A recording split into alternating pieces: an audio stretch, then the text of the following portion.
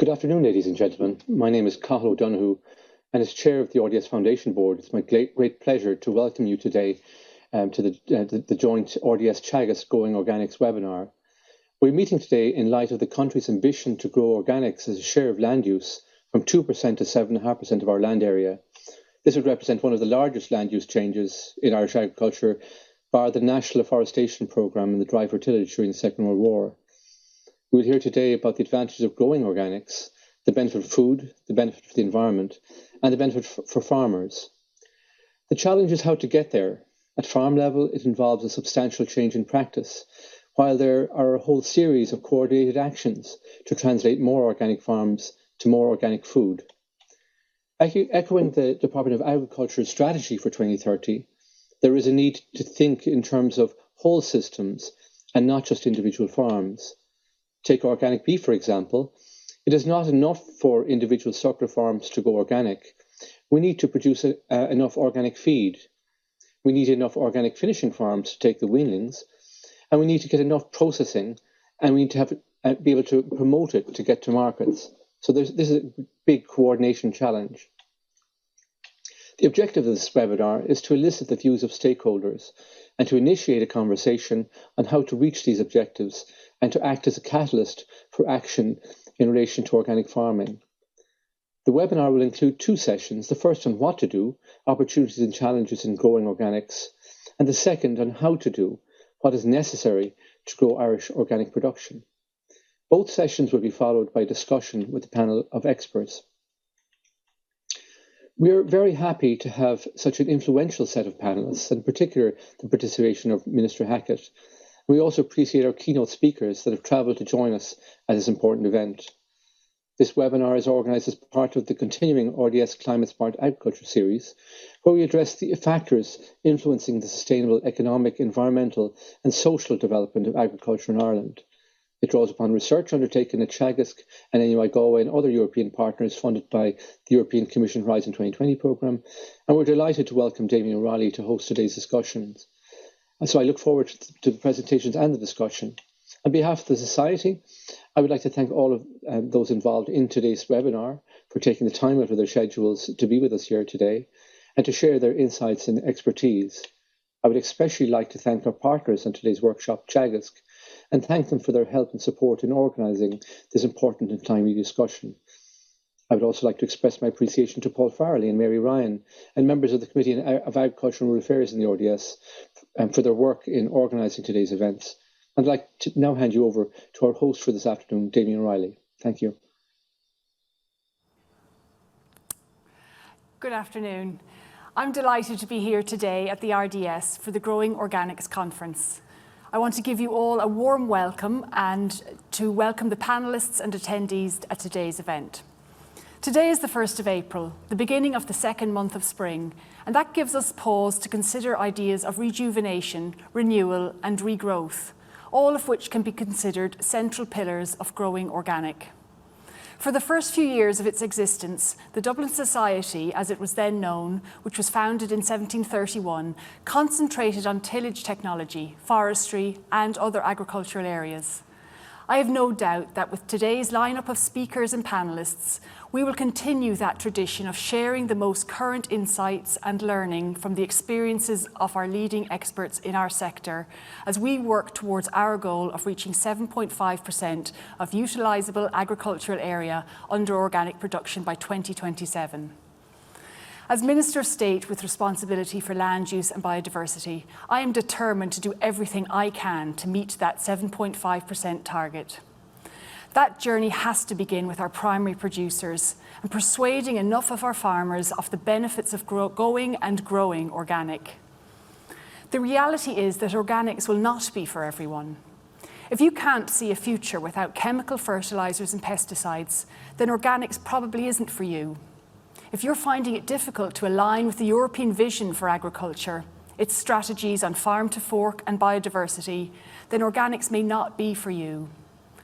The farmers we need to persuade are the ones who can see that healthy soils are key to healthy food, that our world is changing, that consumers are changing, and that we need to do all we possibly can to embrace more sustainable farming practices. We need farmers who want to embrace change, who think outside the box, who want to work with nature, and who want to future-proof their farms so that they are no longer dependent on ever-increasing input costs. As an organic beef and sheep farmer myself, I can see the benefits it's brought to my farm, my soil quality and the biodiversity on my farm, and the well-being of my family. While so many of us here today are aware of the many benefits of organics at farm level, the reality is that to persuade enough farmers to make the switch, organics has to be a viable financial option for farm families. To that end, we have increased funding in organics under the next Common Agricultural Policy from 2023 to 2027, from 56 million under the current cap to 256 million under the upcoming cap. But direct payments under cap will not be enough.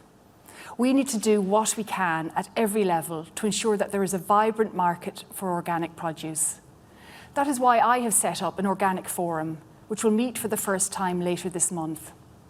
This organic forum will be made up of a broad range of stakeholders, and it will look at how we can develop the Irish organic sector to satisfy increasing consumer demand and to create an impetus for farmers that are still considering making the switch. Everyone has a part to play. In government, we need to explore how we can develop public procurement in the organic sector. And I'm delighted that in that regard that we will have the opportunity to hear from Paul Holmbeck this afternoon, as Denmark really is a European standard setter in organics and public procurement. Likewise, education is key, and I will be working closely over the coming months with Frank O'Mara and Stan Lawler, who are here today from Teagasc, to increase the prominence of principles of organic farming within mainstream agricultural education, on top of promoting organic-specific training. I also want to give a very special welcome to Elena Panici, Head of Organics in the European Commission. I have no doubt that we can learn a huge amount from Elena about how we can replicate the success of some of our fellow member states. At a time of spiralling input costs, of climate and biodiversity crises, and with increasing consumer demand, I truly believe that there has never been a more exciting time to be involved in organics. I hope that you all enjoy today's event, and I'm sure we will come away from this afternoon's panels informed, energised and enthusiastic about the road ahead. Thank you. I'm happy now to hand over to Damien OReilly, our host and moderator for the day.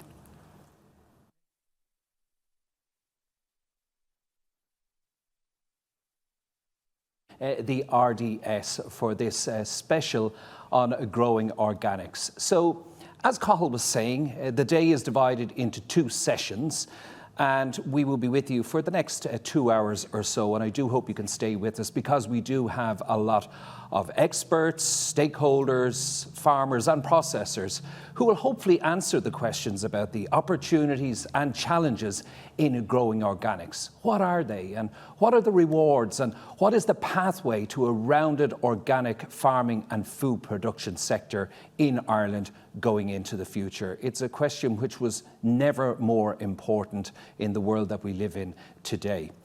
You can get involved on screen. You can see where you can send us through your questions. We will have a couple of questions for you as well we'd like you to answer over the next 2 hours. So we're dividing this into two sessions. We will have two presentations followed by a panel discussion. Then in session 2, another 2 live presentations followed by a panel discussion. And Frank O'Mara, Professor Frank O'Mara of Teagasc, will wrap up events a little bit later on. So let's hope that a lot of the questions that you may have will be answered here today.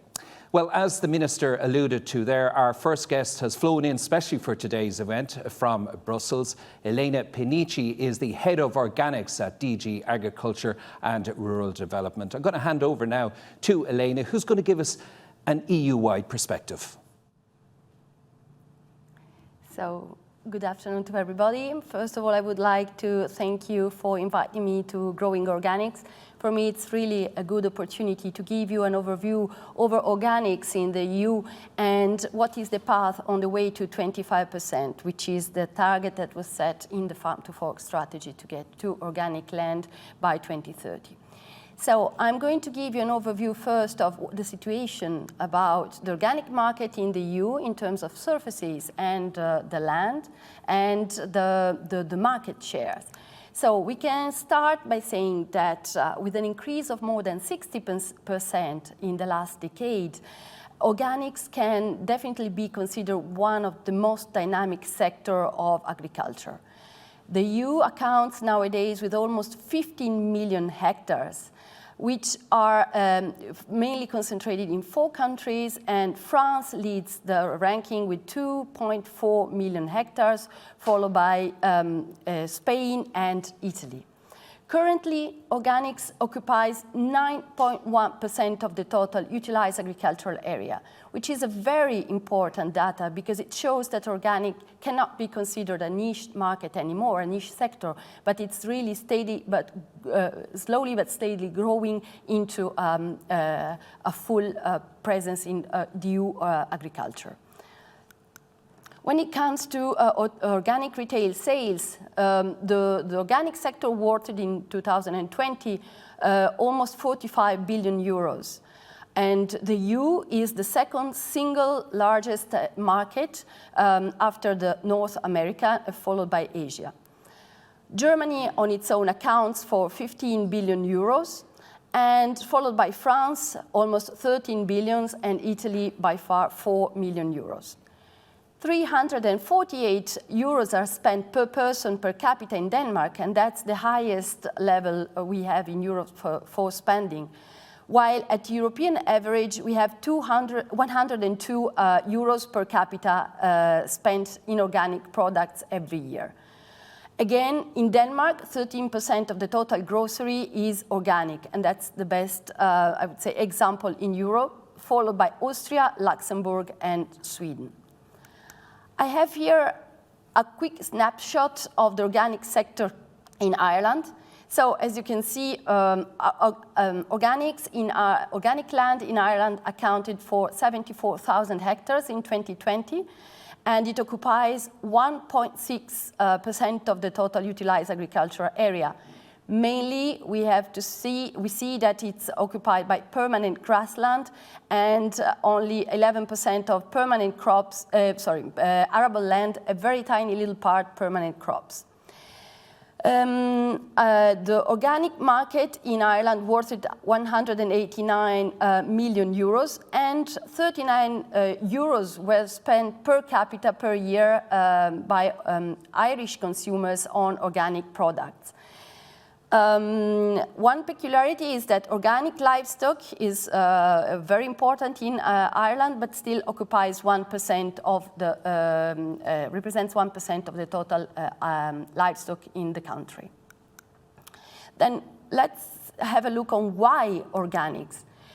From a producer perspective, of course, the organics is some producers choose it for because a real need of finding alternatives to conventional agriculture, and the yield gap are possibly compensated by higher prices, because in fact premium prices can go up to 150% compared to the conventional farming. Higher margins per products are interesting for farmers who want to convert. Here you have some examples on how premium prices can be interesting for organic meat producers or common wheat producers in the EU. For the consumer, from the consumer perspective, a survey we did a few years ago showed that the consumers basically choose organic because they are concerned about the environment. So really they embrace the environmental aspect of organics, and they want GMO-free products and try to avoid food containing pesticide residues. The highest penetration of organics is in eggs, fresh fruit and vegetables and dairy, while there is still low penetration for beverage and meat and processed products. When it comes to the knowledge of the logo, the latest Eurobarometer showed that organics is the most known logo among all the GIs and fair trade logos. That's very important because it shows that organics is gaining its share in the panorama of the consumers. Just a quick overview on what we import from organics from third countries. We see that the imports are pretty stable along the years, set at less than 3 million tons imported every year. And we import basically from Ecuador, Dominican Republic, China, and Ukraine. Of course, we talk about the products that we import the most are tropical fruits, nuts, and spices, followed by oil cakes, beet, and cane sugar. When it comes to why consumers choose EU, because they trust the organic logo. All the words that are referred to the organic production, including derivatives or diminutives in any community language for labeling, are protected. That means that all the producers can have the assurance that when they produce something which will be labeled organic is done following the strict EU legislation. It's explicitly prohibit the use of these terms for products which have been submitted to GMO labeling. And the logo has to go along with compulsory indications for traceability and to reassure the consumers on the good process of certification. So you have the logo accompanied by the code of the control body or the control authority certifying it and the mention EU, non-EU agriculture. Of course, we value the national and private logos because we consider that consumers sometimes are really are more familiar with national logos, and that's why they can be used together with the EU logo. The certification is very strict in Europe. All the steps and all the operators who want to adhere to the scheme have to be certified. So producers, processors, warehouses, distributors, importers, and exporters have to undergo to the certification process. This guarantees the consumers that every step of the food chain has been properly controlled and respected the organic legislation. We have strict controls rules which have even been reinforced in the last reform of the EU legislation. We have minimum sampling requirements, minimum inspection requirements, and so on.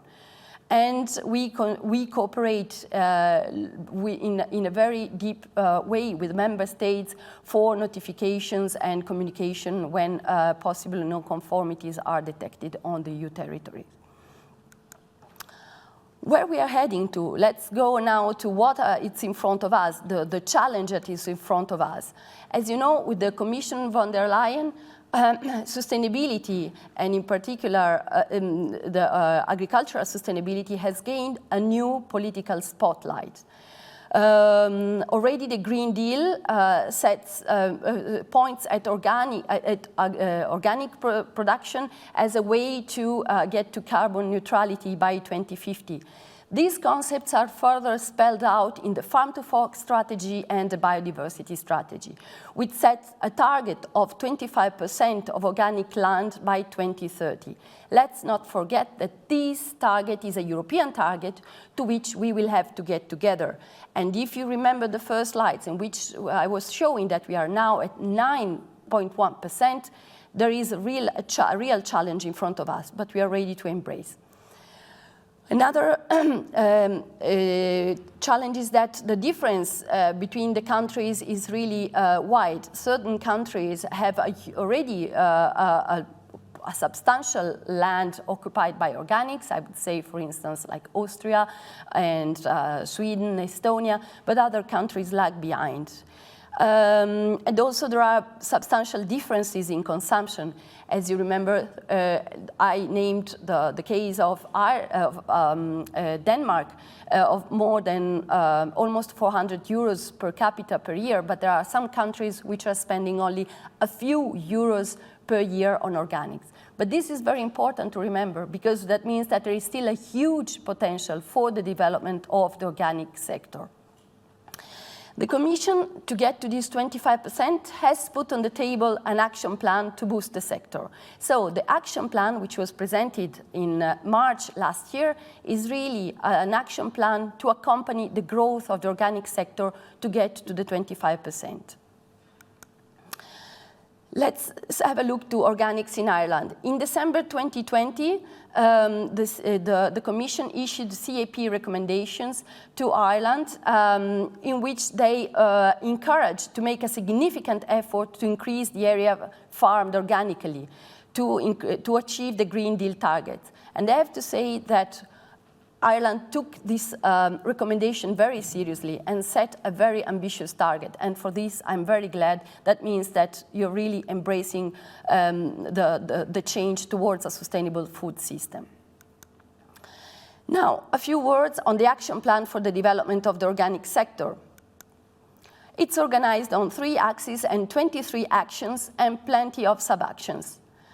It's based on the new legal stability, which is provided by the new organic legislation that had entered into application on the 1st of January 2022. There is no specific budget dedicated to the action plan, but money has been channeled and earmarked from the existing funds, from the current resources, for instance, for promotion, for research, as we will see afterwards. There is a public trust in organics and public recognition of the logo, as you could see from the results of the Eurobarometer survey. Now, as I said, the action plan is organized on 3 axes. The first axis is to stimulate consumption. We all believe that there won't be conversion if there is no an alive market for organic sector. That's why we really focused on stimulating consumption of organic products all over Europe. First of all, we need to inform consumers to promote the EU logo in the EU and the third countries, and because in this way we are not only, we need really to promote organics and the message which is behind. So the money has been earmarked for the promotion of the EU organic logo, and it has been taken up so far pretty successfully. Another action to which we focus is the promotion of organic canteens and increase the use of green public procurement. We consider that if all the countries really shift to organic public canteens in hospitals, in schools, in public sector, and so on, then there could be also a side effect of the consumer. Once going home, they will have an education on buying organic products.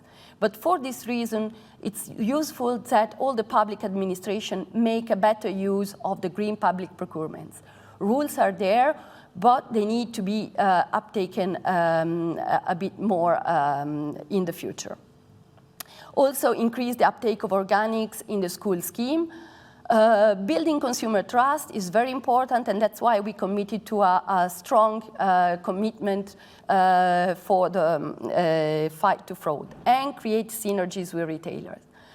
Concerning Act 2, the second act is really promoting the conversion, guiding member states to make the best use of CAP money to help farmers to convert to organic sector, strengthen training and dissemination, reinforce short supply chain, create biodistrict, which is really important because biodistrict can be really a link between farms and the rest of the territory.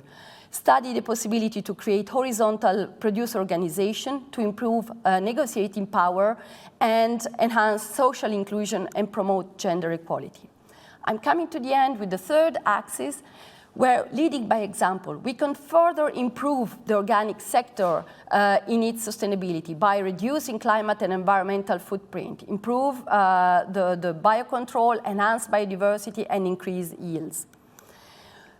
The Organic Action Plan is going to be boosted by a set of activities. The national action plans, every member state has been required to present an organic action plan, which is going to be really the declination on the territory of actions that will be will be carried out in every single member state. In the CAP strategic plan, member states had to present their ambitious target to get to the 25% objective. And research. Research is very important because 30% of research has been dedicated, or 30% of the specific channel of research has been dedicated to organics or related sector. Organic ambassadors also will be a very important tool in which member states will get together championing, so all the experts that are in the sector, championing the organic sector and meeting to exchange best practices. That's very important because sometimes there is a lack of information. So we want member states to get together on an informal way to exchange best practices. And the Organic Day, of course, we declared 23rd of September each year as the Organic Day to celebrate organic farmers and the organic sector. And to conclude, the Organic Awards, which were launched a few days ago by Commissioner Wojciechowski. So there will be 7 categories to reward organic producers. And I invite you to apply. There will be Best Organic Farmer, Best Organic Region, Best Organic City, District, and so forth and so on. So please have a look to our webpage and apply to the first round of Organic Awards. Thank you very much, and I'm glad to be here. Elena Panici. Elena, thank you very much for that. Elena is Head of Organics at DG Agri in Brussels, giving us a comprehensive walk through the organic scene across the EU. And as I said, Elena will be rejoining us a little bit later on. Now, if you'd like to get involved, remember you can on screen, and we'll try and maybe get to some of your questions a little bit later on. Very shortly, we'll be joined by our first panel. But now for our second presentation, we're joined by Professor Andrew Barnes, who's an economist at the Scottish Rural College. And he's also involved in Horizon 2020 research and innovation project. So we're looking forward to hearing what he has to say about all of this. So you're very welcome to Dublin, Professor Barnes, and it's over to you. Thank you. Good afternoon, everyone, and thank you for inviting me to this very important event. My role is really to look at the way that farmers perceive some of these issues around uptake of ecological practices as well as organics as well. And I'm really here to start to introduce some of the work that's gone on with researchers across Europe to try to look and see how you can encourage farmers to adopt more organic and more ecological approaches. So my talk is really around some of the work we've been looking at in terms of working with farmers across Europe to understand the decision-making process, ultimately to try to understand what helps people to intervene to help to encourage more of those processes. So we have a very busy policy landscape at the EU level, as we've heard, with lots of ambitions to try to encourage more uptake of organic land. But ultimately, we have to engage the farmers and the farm communities to accept these visions. And as was said by the Minister, some farmers may think this isn't right for them. They may just reject it. But for us, we want to really understand why it is that some farmers see the barriers, and what are those barriers, and why is it that some farmers do engage in organic and other low input sort of farming as well.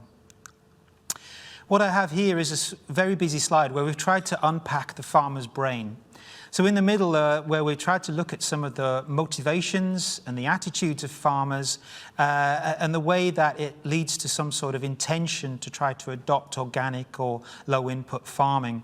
And there were sort of feedback effects there in terms of using a technology, trying a technology or a practice, and then seeing if it's successful to build onto that. But I think what's important around that figure are all these institutional factors, all these factors around what's driving those motivations and that decision to actually switch to organic or adopt more ecological approaches.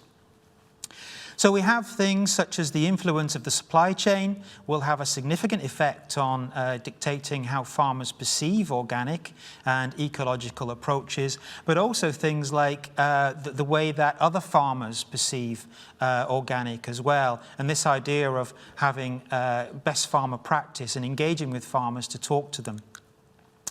Another aspect on the farm is how farmers perceive the usefulness of adopting organic or ecological approaches within their farm system as well. And if they don't perceive it as useful, then they're not going to even start to adopt it.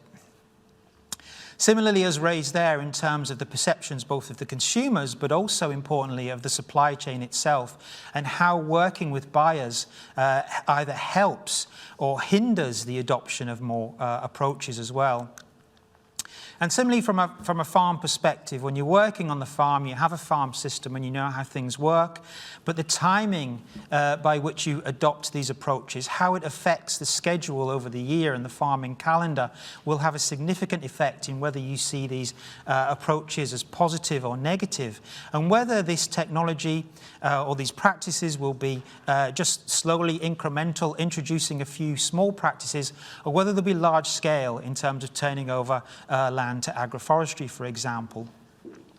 So that really came about from looking at some of the literature that's been explored in terms of what is driving farmers there. So I think we have a model there of a farmer's brain as best as we can mimic to try to understand what's driving that as well. We have a whole range of outputs within the LIFT project, but here's just some of them.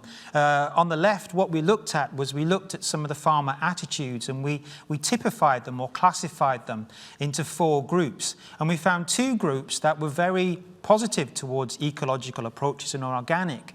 But the difference between them was really that some felt quite enabled by the supply chain and some felt quite constrained by the supply chain as well.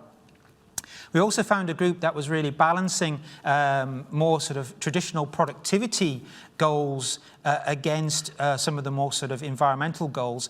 And similarly there, as was said by the Minister, we have a sort of unengaged, people who didn't engage with much in terms of perceptions towards ecological practices as well. On the right, we have some figures in terms of looking at that decision-making process and what turns a farmer to start to question their current system. And it starts with a disruption that would trigger some sort of change. And now we have quite a big disruption in our system in terms of whether farmers may want to question the use of their resources, whether they're using non-renewable resources or importing resources. And that may lead to some sort of recognition that there is a problem within the farm cycle.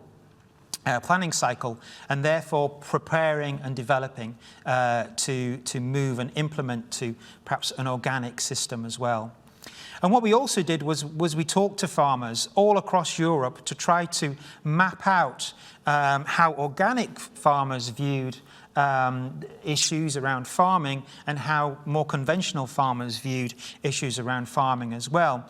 And we tried to map that out. So my next slide is a bit busy, but all it's really showing you are the words that farmers use to describe what they're doing, to illustrate their values. So on my left is the conventional farmers, and there's a number of words there about lifestyle and profit as well. But when we looked at organic farmers, we did find lots more words and values were being used, but there's a lot of commonality there. So I think the point there is that the language that we use towards engaging farmers from more sort of traditional or conventional farming may have to be different or targeted than, say, when we talk to organic farmers as well. So we're unpicking that storyline there and that narrative.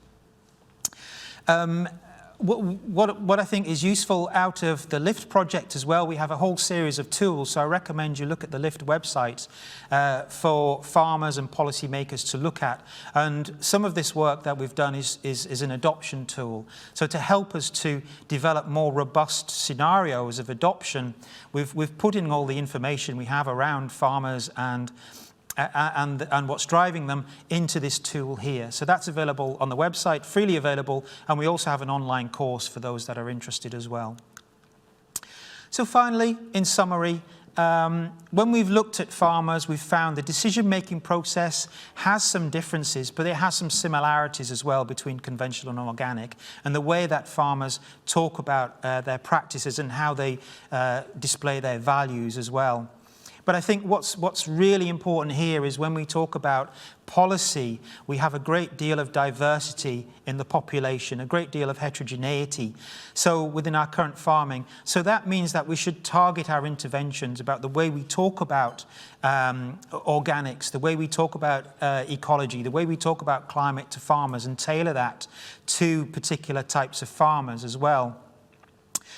And arguably what we find is that most farmers perceive themselves as part of the farming community, whether they be organic or whether they be conventional. And I think that's important as well. They all see themselves as farmers, they all see themselves as good farmers, but they just have different views in terms of some of the ecological impacts as well. But also what's important is when we looked at the different types of farmers, that was just one point in time. And these identities or these types of farmers will change, basically.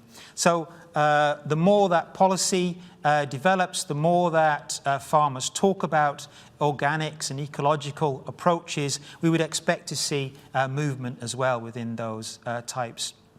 And finally, my final point is really that what came out was that a lot of policy and a lot of our work is focused on the farmers, but what came out from talking to the farmers is that they feel constrained by the supply chains that they're in. And the Farm to Fork strategy does explicitly talk about creating more alliances across the supply chain, and that seems to be a main barrier. And if we can tackle that barrier, then we would hope to encourage much more uptake of ecological and organic practices. I'd like to acknowledge some of my co-researchers in this, and also all the partners within the LIFT project. So thank you.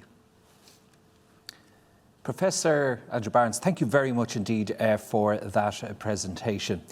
Okay, we have a panel here. We're going to introduce them to you very shortly. But first of all, an opportunity for you to get directly involved, because we have the first of our two Slido questions. So this is a little bit of research we're doing, and we're asking you to help us with it. So the question is, what in your opinion needs to be done to increase the number of farmers or growers farming organically? Now, you can select one. Increase consumer demand, improve the financial incentives available to farmers or growers, implement more organic research, or do we need more specialised advice for farmers? So which of those do you think is most important to increase the number of farmers and growers farming organically? You can get voting over the next few minutes.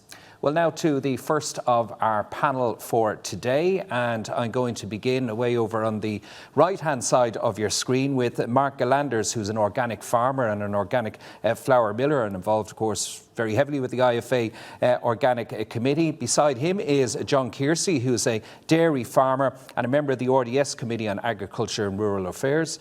Then we have Helen Sheridan, who's Associate Professor at the School of Agriculture in UCD.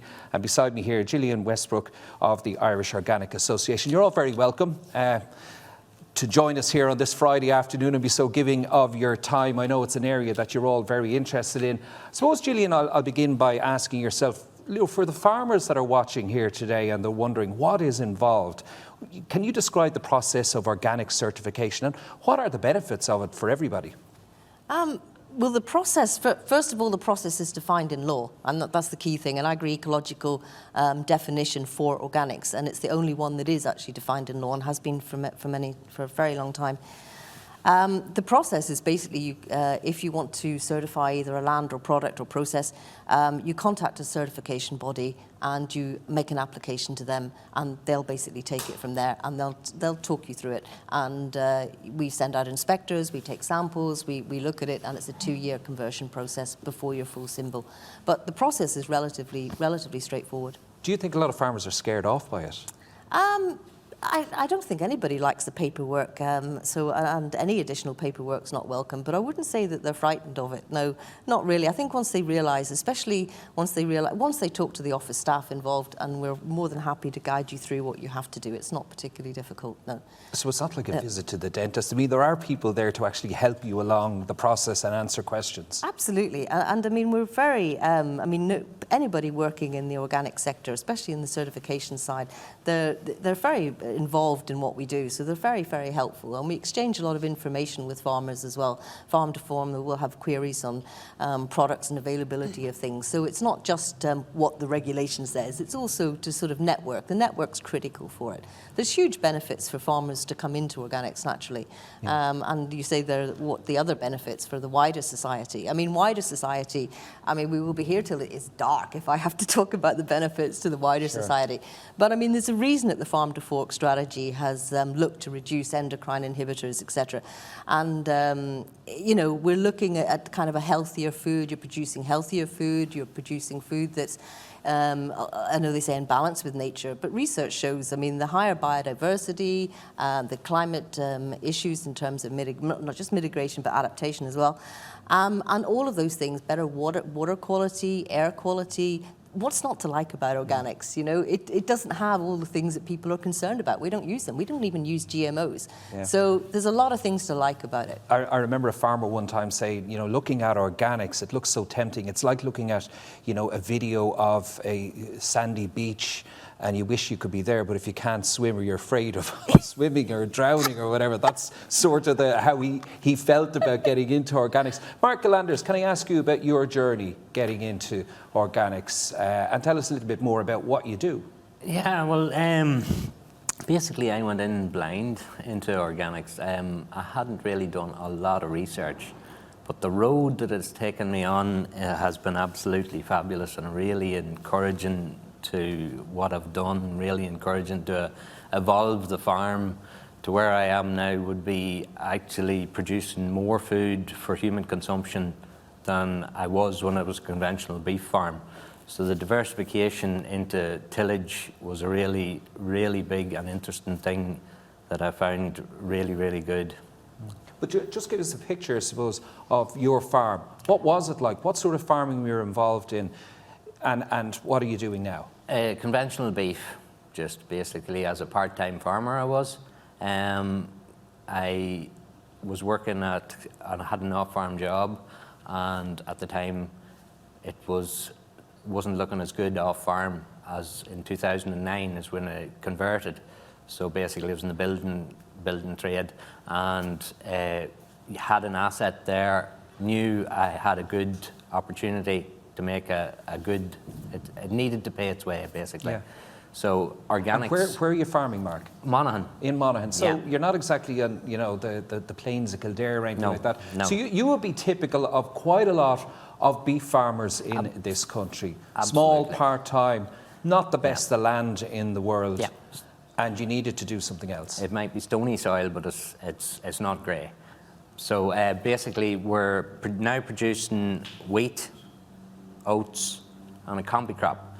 Combi crop is basically wheat and a legume grown together, either peas or beans, which extends the rotation, leaves your soil structure better, improves fertility, and that would be, I've still got animals. Animals are a big part of the rotation where you rebuild your fertility with multi-species pasture, animals, red clover silage for your forage winter.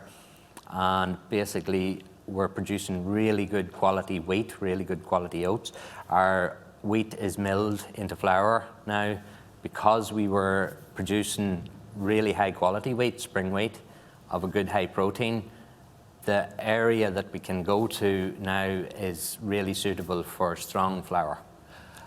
And just one other question, the big question farmers want to ask, are you making money? That's the main reason I'm doing what I'm doing now, and it's become more and more interesting because it's economically viable, and the economically viable part is the number one part. All right, so you're living proof of it, that it has worked for you. And Helen Sheridan, you're in UCD, you're lecturer there in the School of Agriculture and Environmental Science. I kind of said at the very beginning, the question about biodiversity and the impact of agriculture on biodiversity, it's never been greater really, has it? Absolutely. I mean, you know, we've been farming in this part of the world for about 6,000 years. So an awful lot of our biodiversity, our national biodiversity, has evolved along with the farming practices that have developed here, coupled with climatic conditions as well. And I suppose, you know, we're fundamentally dependent on that retention of that biodiversity in terms of the sustainability of our agricultural systems. So I suppose we think primarily about the about the production outputs from farming, the production services, but also in terms of the wider ecosystem services that that biodiversity facilitates, like nutrient cycling, pollination, carbon sequestration and storage, water cycling. So biodiversity has a role in facilitating all of those things happening. And I mean, agriculture and biodiversity are inextricably linked.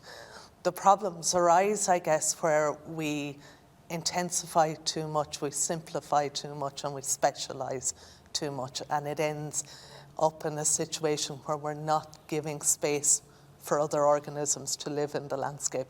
So that's where we need to be careful in finding, I suppose, the happy medium between the production but also allowing other organisms to live in our landscapes. And can we meet a lot of those targets without actually crossing that final line into organics by improving conventional production, which a lot of farmers are actually doing, and they think that, you know, continue as you were, but maybe, you know, introduce multi-species swards, buffer zones, plant trees and all of that, and I'm doing my bit.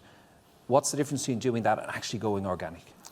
Well, I guess from our perspective, the work that we've been doing on multi-species swards, we haven't gone as far as organic with it. We are still using some nitrogen, but we've reduced the nitrogen input by about 60% by incorporating legumes and forage herbs into our swards. And we've been achieving some really good results from that in terms of animal performance, animal health, sward performance, and associated biodiversity as well. So, you know, that's one part of the story, I think, and in terms of enhancing the sward, there's a space, multi-species swards certainly are one of the tools that we can use to do that. They are only one tool to do it, but I think we also have to think about, as you mentioned, the field margins, the hedgerows and the surrounding landscape as well to enhance biodiversity in the landscape.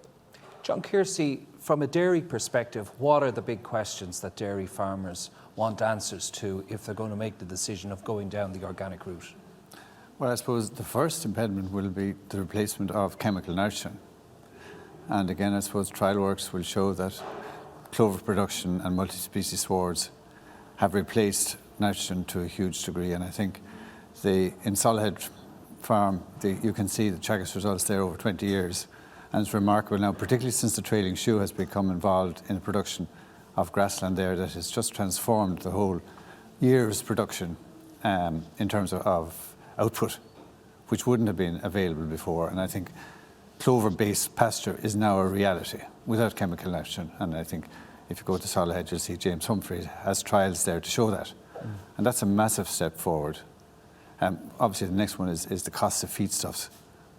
It's practically double the conventional price, so that's an area that farmers would find hugely difficult to get around. Then the restriction on antibiotics and various drugs that are used for animals' performance will also impact on the way they farm. And do you think that the increase in input costs, which we're experiencing at the moment, that it's going to actually make a lot of farmers think about this? Because you talk there about synthetic fertilizer. I mean, look at how that has tripled, quadrupled in price in recent times. You know, a dairy farmer that might have been spending 15,000 last year is going to be spending 30, 40,000 on fertilizer. So they're going to have to think otherwise. Do you think this might speed up the process in getting more dairy farmers to finally make that jump into organics? Yeah, it will be hugely, I'd say, it will assist their decision making. And I think, as I said, a visit to Solhead, and there are some excellent, highly productive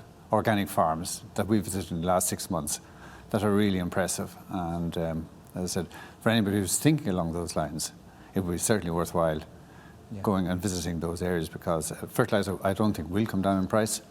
So farmers may need to adjust where their performance is coming from, and if clover and multi-species swards will do it, I think you should be thinking along those lines. Gillian, the Maximising Organic Production Systems Operational Group, MOPS for short, it stimulated greater coordination for organic vegetable growers. Are there lessons there for lamb and beef from that research? Continuity of supply. It's key to everything. If you don't have I mean, people don't necessarily expect something 52 weeks of the year in vegetables, but in beef and lamb, they certainly do. So you really do need to have that continuity of supply. That was one of the main bases of the project as well.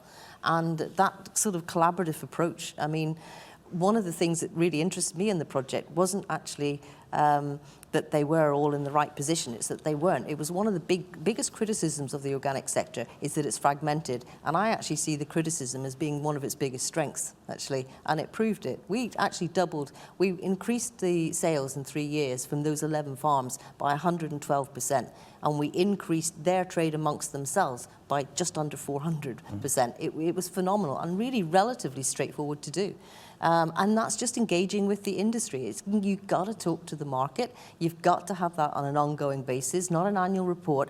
Every month, you have to be talking to the market, get the product specifications, feedback, whether you're selling beef or whether you're selling vegetables. You have to have that ongoing dialogue. It's absolutely critical. What about the role of retailers in all of this? Because at a time when I suppose we're all being squeezed in terms of our disposable income, but we still want to maybe do best by the environment and the food that we eat, and we look for organic produce, we're seeing that maybe the premium between conventional and organics is actually narrowing. What sort of a message is that sending out to producers and to farmers? What they sell it as at the retail price is down to the consumer to make that choice. My biggest concern is what the farmer gets, and as long as the farmer is getting a livable wage out of that and a decent and respectful wage, and that is part of an ethos of organics as well. And are they getting that extra premium?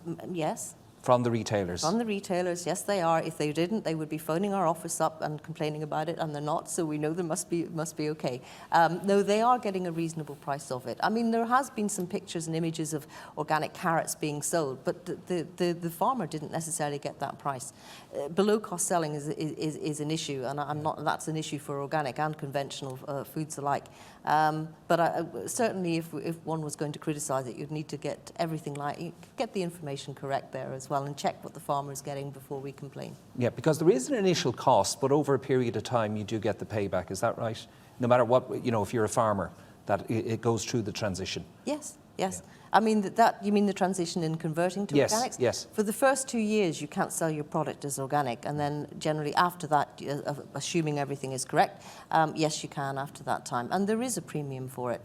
And it's got, at the moment, I mean, everything's moving so quickly in terms of feed costs and all of inputs, etc. There's going to be a lot of movement on prices, certainly going forward.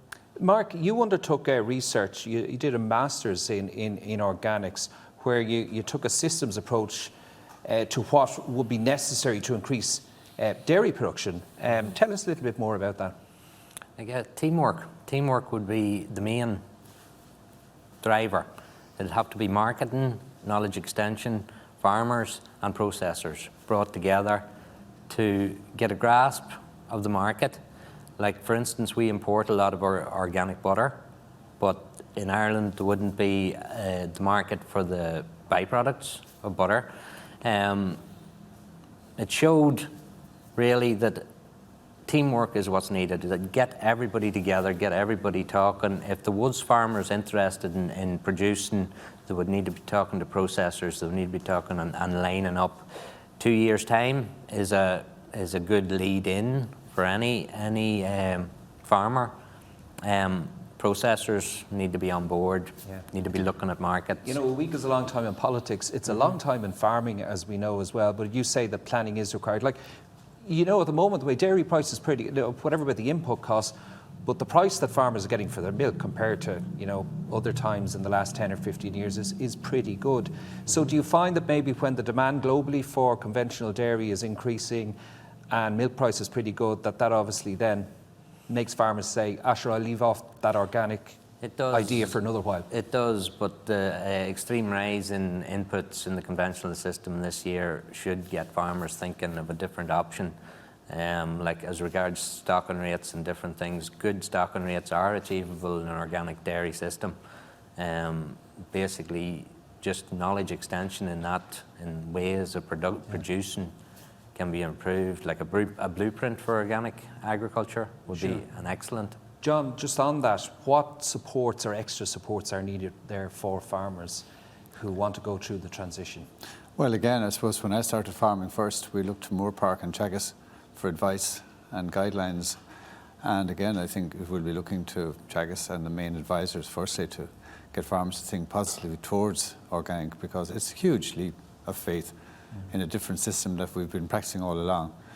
And because of costs, as we mentioned earlier, involved, I mean, housing has to change, and housing costs have gone up considerably in the last 12 months.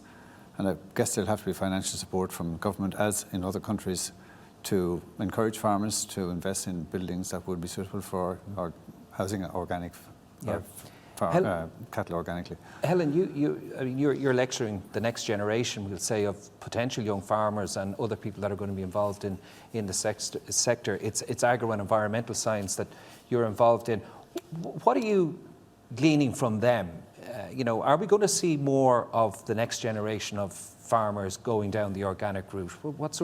How can you gauge how they're thinking in that regard? I think they're certainly seeing the challenges that are facing the industry at the moment, and I mean they're certainly being exposed to the research as it has been undertaken in UCD, so they've become very interested in the kind of work we've been doing and the kind of results that we're generating from this as well. So I think they'll be quite open, and I hope they will be quite open, because they're seeing the evidence in terms of the work that's been done and done currently, and they're being exposed to that. And a question, I suppose, for you all before we finish, and that is about communication and getting the whole chain running smoothly. If a farmer sees that the return isn't there at the end of the day, in other words, that the demand for the produce is not necessarily increasing the way they think it should to get that premium return, and if then at the other end we're not producing enough organic food in this country, and consumers are unwilling then to buy organics when they see that it has to be imported because they would prefer to buy local conventional than imported organic. Is there a breakdown? Is that chain a little bit broken there, do you think, Gillian, if you get what I'm saying on that? That farmers can't see an increase in the purchase of organic produce, and the reason for that is because the purchasers don't see an increase in the production. Nothing that can't be sorted out without a decent marketing plan, quite honestly. Put a coherent strategy together, implement it, and I think an awful lot of those issues can be ironed out. One thing we really did learn from MOPS, and this came from every retailer, and if any of them are listening, by the way, thank you very much for being so forward with all your information on MOPS. The retail sector was very, very helpful. But one of the key things, if you can get it to the shelf, it will sell. If it has an organic logo on it and you can put it on the shelf, they have no problem in selling it. In fact, they can't keep up with demand.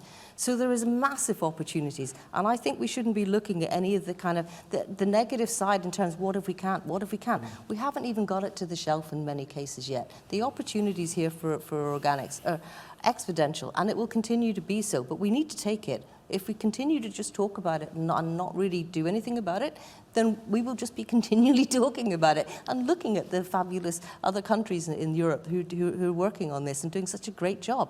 The consumer likes it. What's not to like about it? They like it, they love it, it's what we want. And we keep talking about, should we be producing it?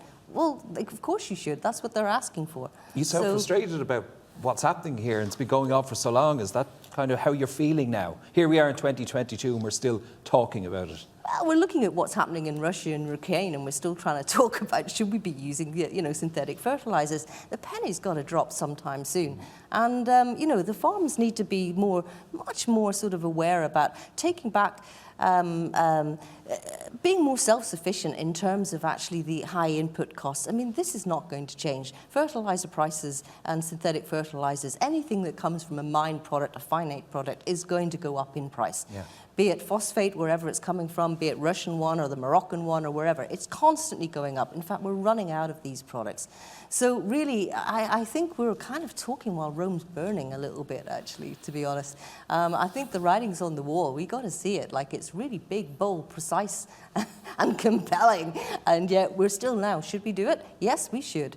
And to be fair, if we can get and we think we have got some political support there, to say the least, and we put the right supports into farmers, the consumers want it.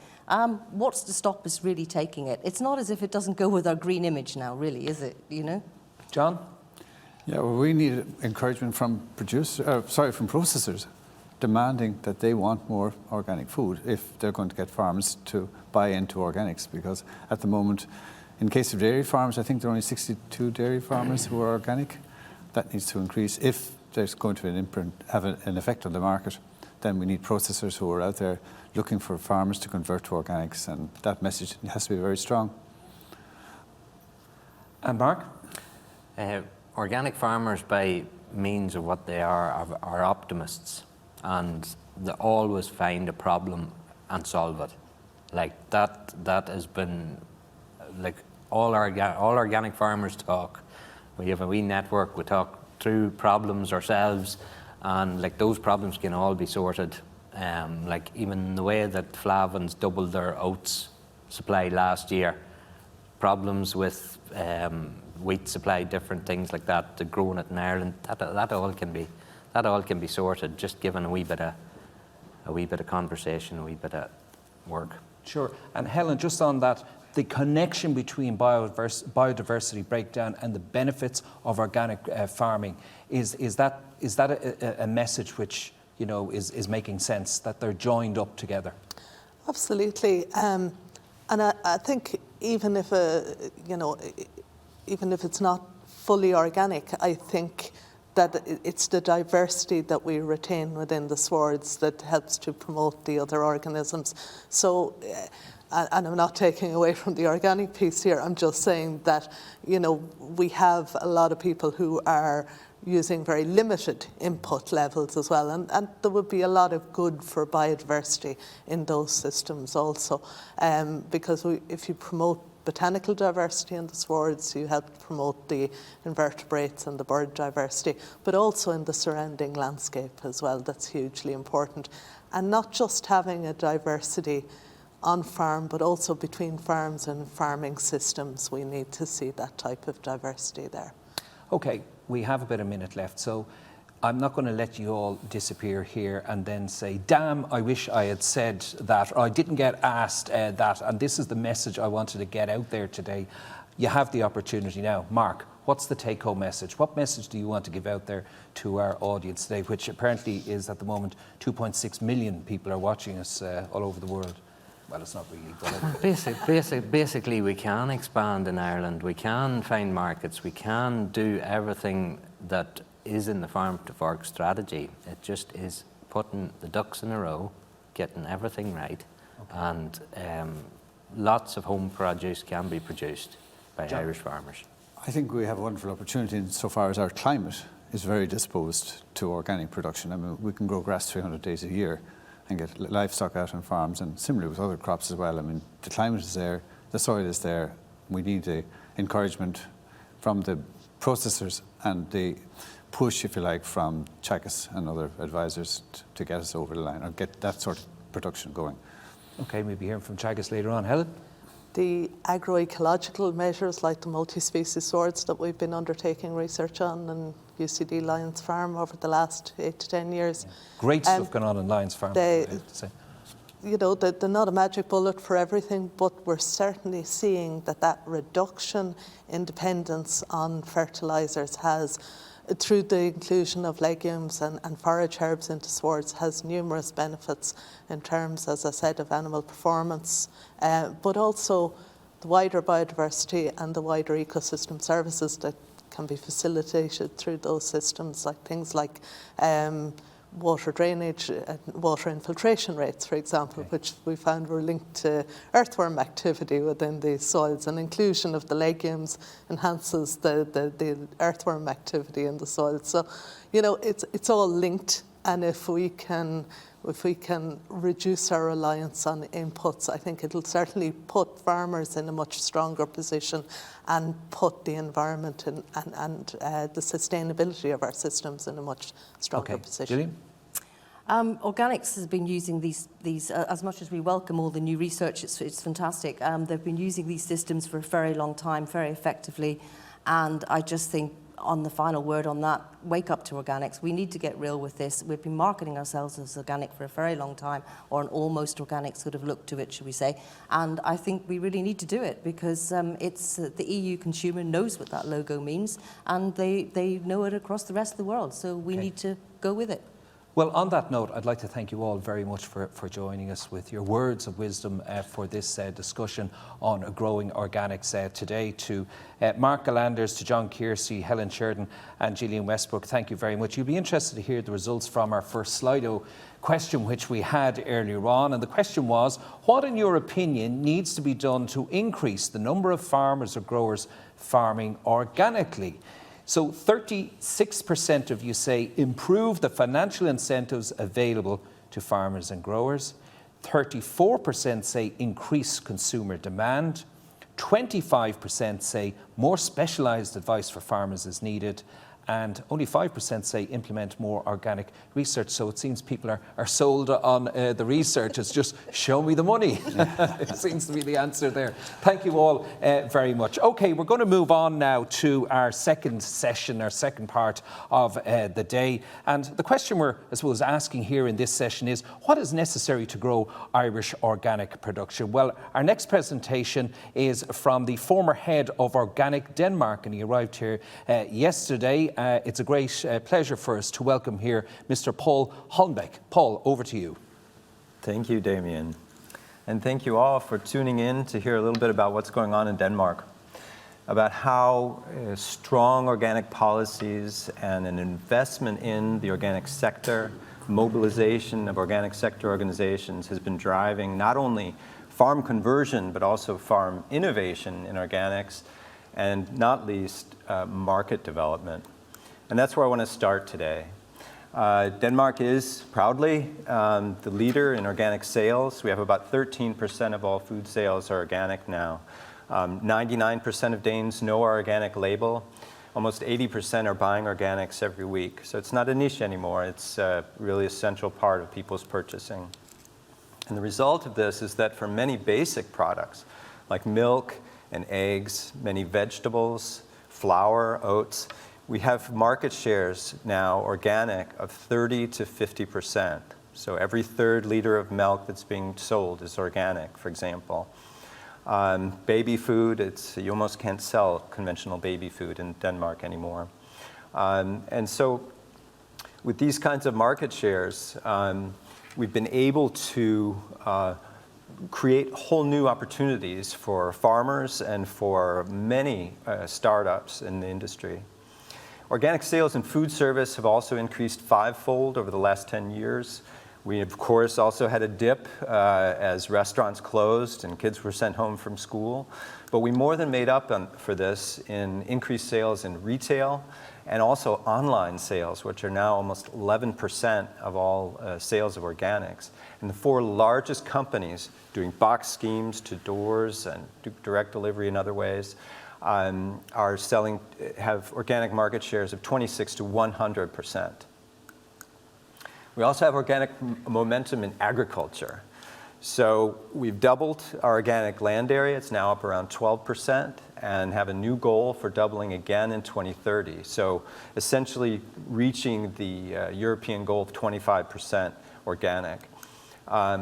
Already today, 25% of all eggs, 30 to 40%, depending upon types of vegetables, are produced organically.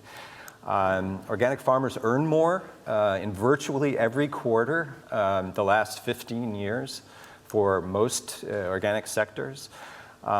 More farmers are interested, many young farmers are interested, and organics is also leading innovation. And for any of you who are farmers, who work with farmers, who know farm organizations, you know the importance of a quote like this from the chairman for all farmers and food companies in Denmark, who said, "The organic sector creates new solutions and inspires all of agriculture." That kind of signal that this is where talented farmers are going is so important. So we've worked a lot on that relationship to conventional farmers. So they say things like this and mean it. And none of this happened on its own. Not the market development, not conversion, none of it. And research points to especially these two factors: very strong organic policy that works, but also mobilization of the organic NGO as a catalyst to drive partnerships in the market, establish a strong ecosystem of other organizations for consumers, et cetera, that support organics. And then policymakers been very active by investing in the organic NGO, Organic Denmark as it's called. We used to have 8 organizations, now we have 1. And in that way, Organic Denmark can drive market development, hire people who have worked in retail, speak the language, and then also can support innovation development and support companies with market information and other activities. So one big lesson is consistent support for all the different types of market development so that organic stands on several different legs in the market. And this also paves the way for many startups. So it's been documented, we have many more organic startups than conventional startups in the food industry, and they survive to a greater degree. And they're able to mature with help from the sector. One of the really unique features in Denmark is this collaboration with the retail supermarkets, where Organic Denmark, which represents the producers and traders, goes in at the top leadership level in supermarket chains, working with them on positioning organics as part of their strategy. What can it do for them, for their customers, for their brand? And then we help them. We help them to expand their product assortments, position products much better in the stores, and communicate much more effectively the why of organic to consumers. And it works. Then they sell more, then they want to do more activities. And this issue of there's gaps in the product assortments in many supermarket chains. So by helping them fill in those gaps, we help them move their consumers along what's been proven to be a kind of a stairway. Most people start on some of the same basic products and they work their way up. But if those products aren't there in the store, people aren't moving on with their organic purchases. So Organic Denmark helps with that. Then, of course, consumer awareness, communicating very close to the point of purchase, the why of organic. What does it mean for animal welfare, for biodiversity, for climate, for drinking water quality? And working with all the shops to make sure that it's very clear where the organic products are and what they provide. Generally, we've had very positive consumer messaging. What does organics offer? We don't talk about conventional agriculture. We don't attack conventional agriculture. But we do talk about some issues that have been sensitive, like pesticides, like this campaign, 5 that make a difference. If you eat these 5 things organic instead of conventional, you can reduce the pesticide residues you're eating by 50%. We also know that information is not enough. People need to experience organics. So now we have 5% of the population. Denmark has about the same population as Ireland. So we're talking, 250, 300,000 people out physically standing on organic farms every year. This makes a huge effect. With our approach with politicians is also the why of organics. What does it deliver for climate, for biodiversity, for water quality? Because of this, we have support from 10 of the 11 political parties now in government, for different reasons, but still supportive.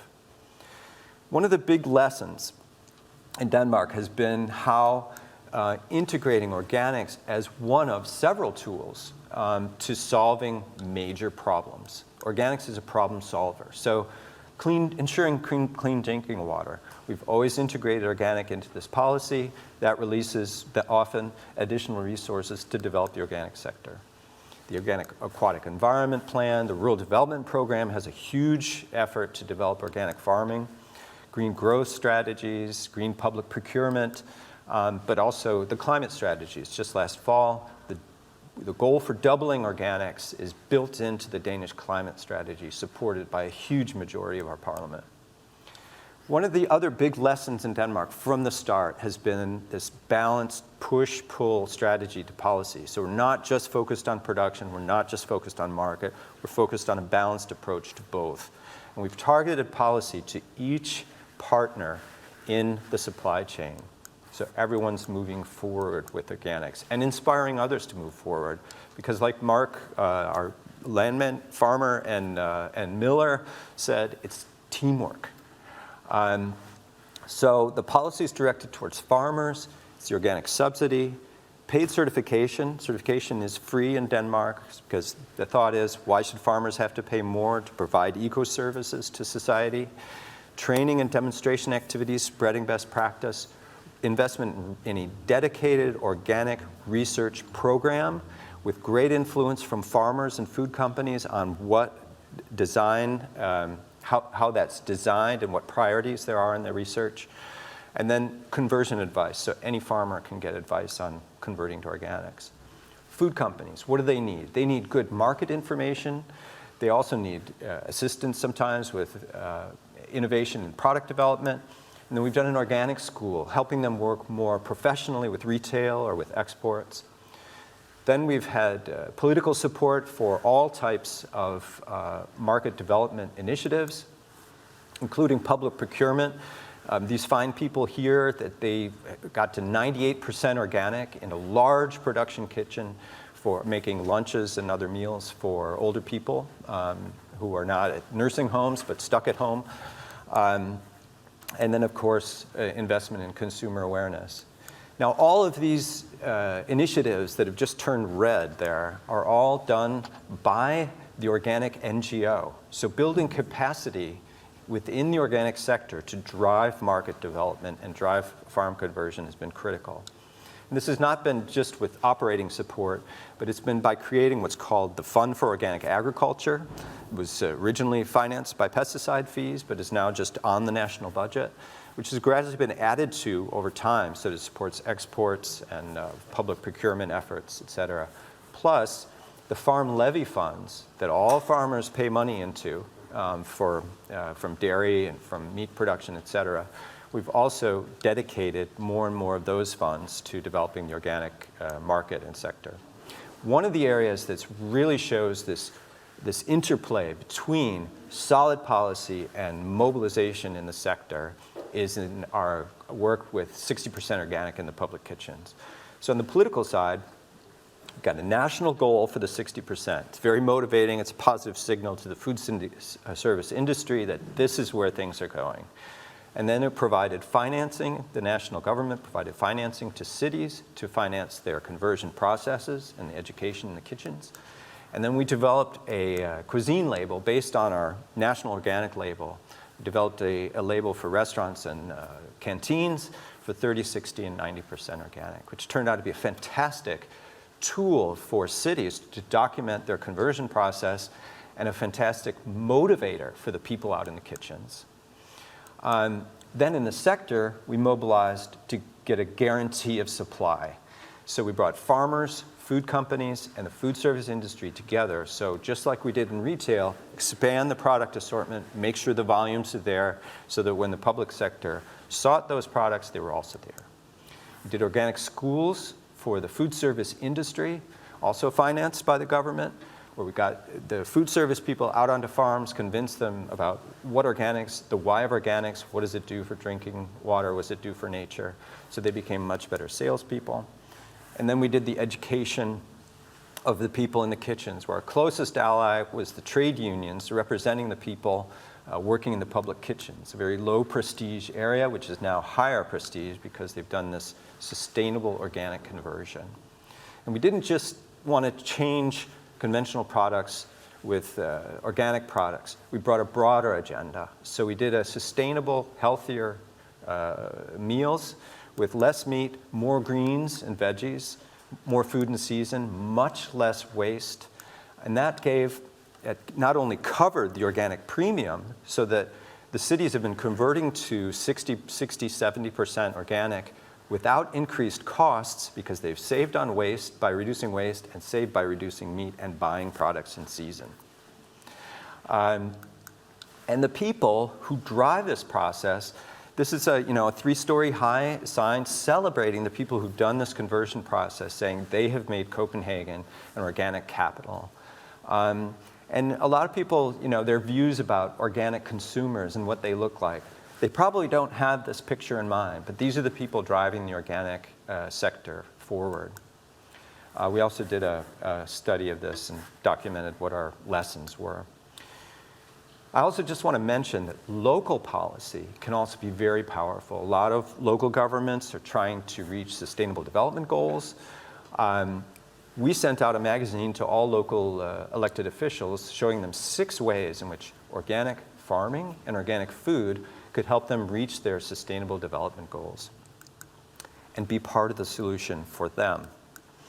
Among these, besides public procurement, of course, changing the meals in the kitchens in the cities, we also teamed up, showed cases where we had worked with cities to reduce the carbon emissions from the surrounding farms in the areas by doing climate schools and climate action plans on individual farms.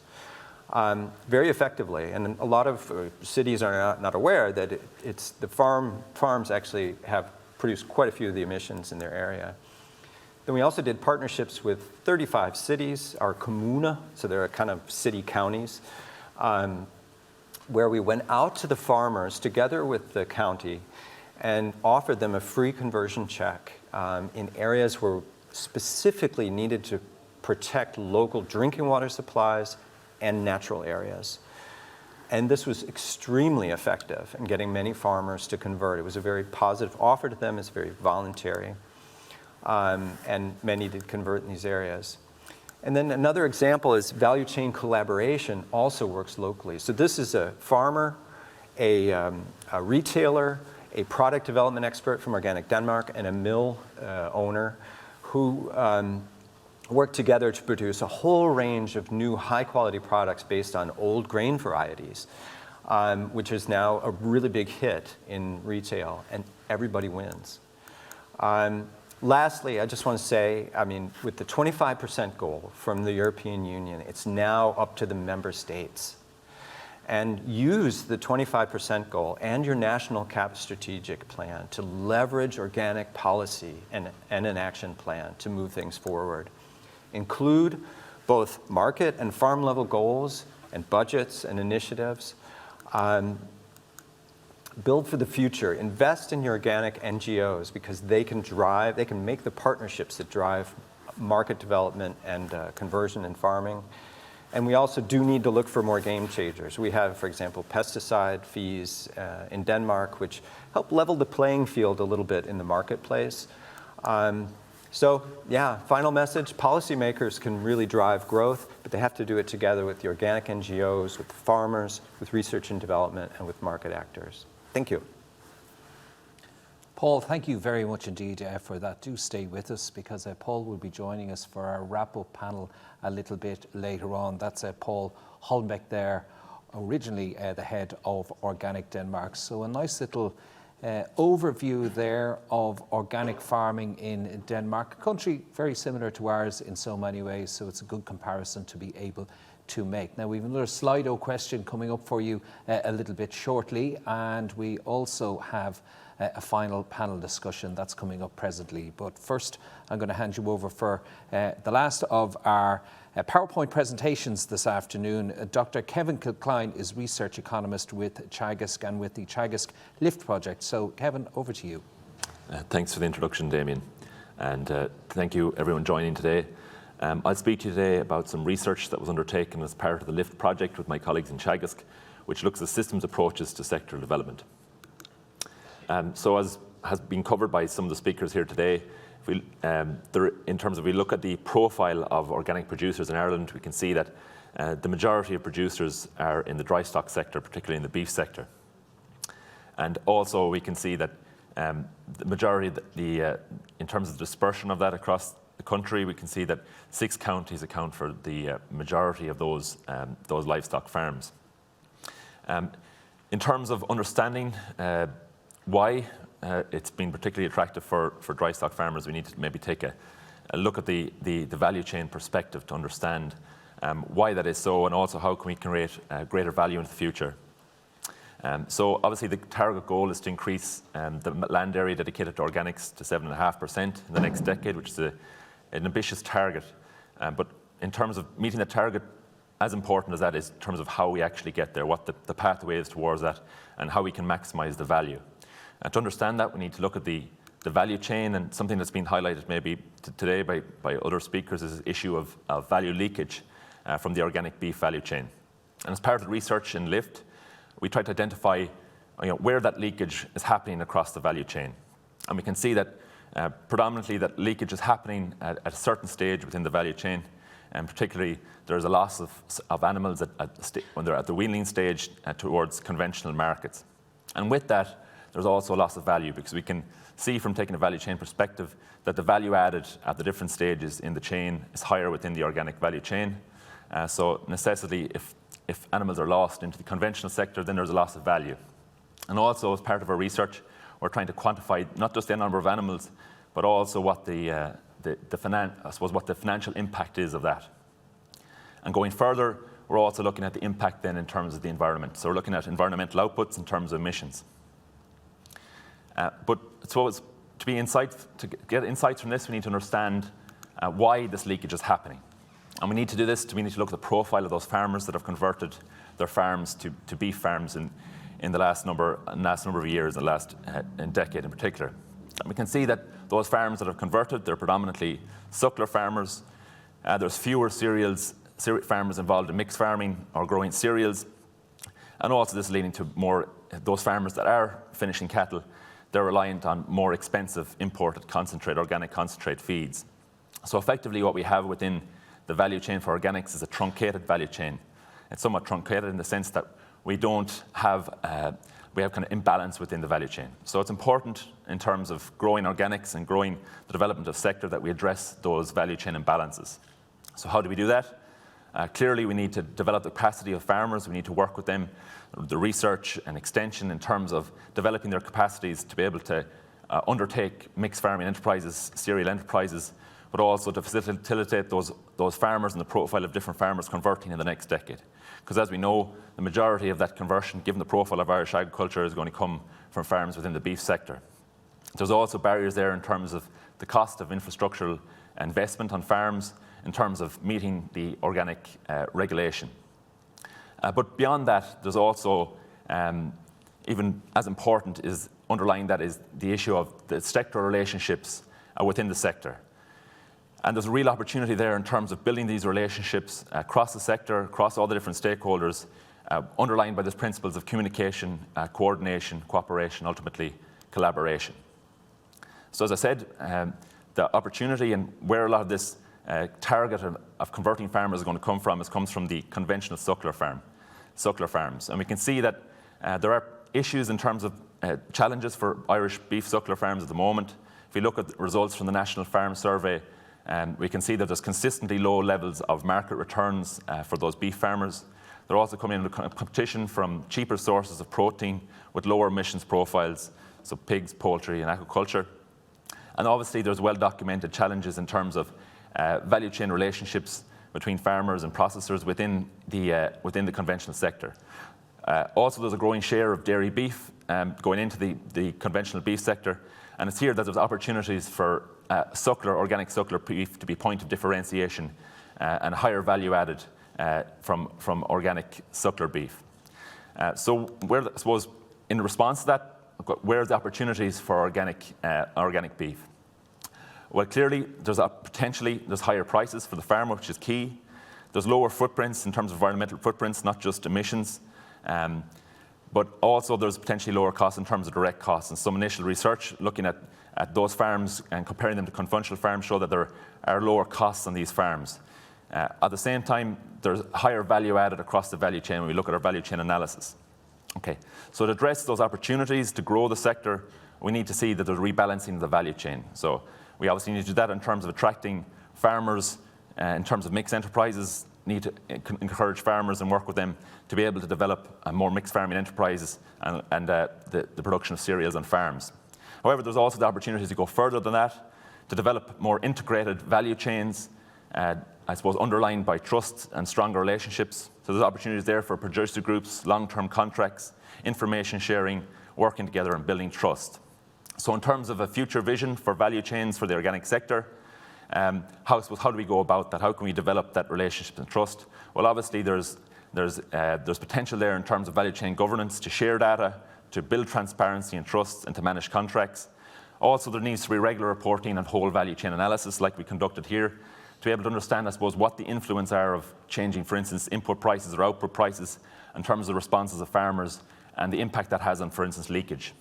We also need to demonstrate public value for money. Obviously, there's funding going into this from the Exchequer. And the focus here has to be, obviously, not just on minimising the risk in terms of audit risk in terms of being able to reduce leakage, but also there's an opportunity here in terms of maximising value. And there's a number of excellent case studies that have been conducted which show new models for cooperation and collaboration within value chains. In particular, highlighting here one report commissioned by Board BIA that was conducted by the Harvard Business School, Pathways for Growth, which highlights this model of co-opetition model as opposed to competition. There's also been the Friona case study in the US, which looks at, I suppose, a well-functioning value chain built upon trust and interactions between the different stakeholders. So ultimately, just in reflection, what's required? Well, it requires significant change in the next decade if we are to meet our goals and to deliver real value for all those stakeholders within the sector. What does that change look like? I suppose when we talk about innovation, we're talking about change in all its different forms: technical, social, economic, and institutional. But ultimately, change is a social, complex process and involves the interaction of all these different stakeholders coming together. So in summary, there's been a refocusing within the agriculture sector on sustainability, food and feed security. There's demand for new services from our farms and new attributes from our food products, in which the organic sector is well positioned to take advantage of. There's also, in the Irish context and the European context, there's growth potential within organics is being supported strongly by the ag-food strategies and ag-food policy and strategies.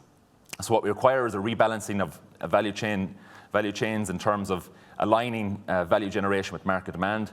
So we need just not a model of innovation of supply push, but demand-led as well. So in similar to what mentioned by the previous speaker, we need a balancing of that model of innovation.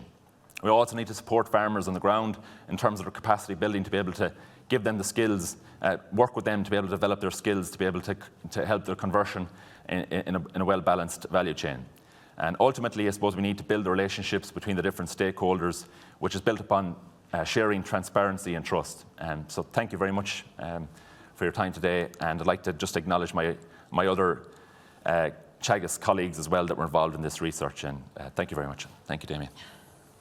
Dr. Kevin Kilcline of Teagasc, thank you very much for that insight. Now, before we move on to our final panel, or penultimate panel today, I have a second Slido question for you. So for all of you at home, get ready. You can answer the following. Give us just one answer. The question is, what can be done to improve market access for Irish organic produce? So just select one of the following four options. Is it increased international marketing, inclusion of organic produce in publicly funded canteens, increased awareness of the benefits of organic produce among domestic consumers, or fourthly, more collaborative approaches, for example, producer groups, co-ops, and so on. So what can be done to improve market access for Irish organic produce? Voting is open for the next few minutes, and we will bring you the results of that a little bit later on.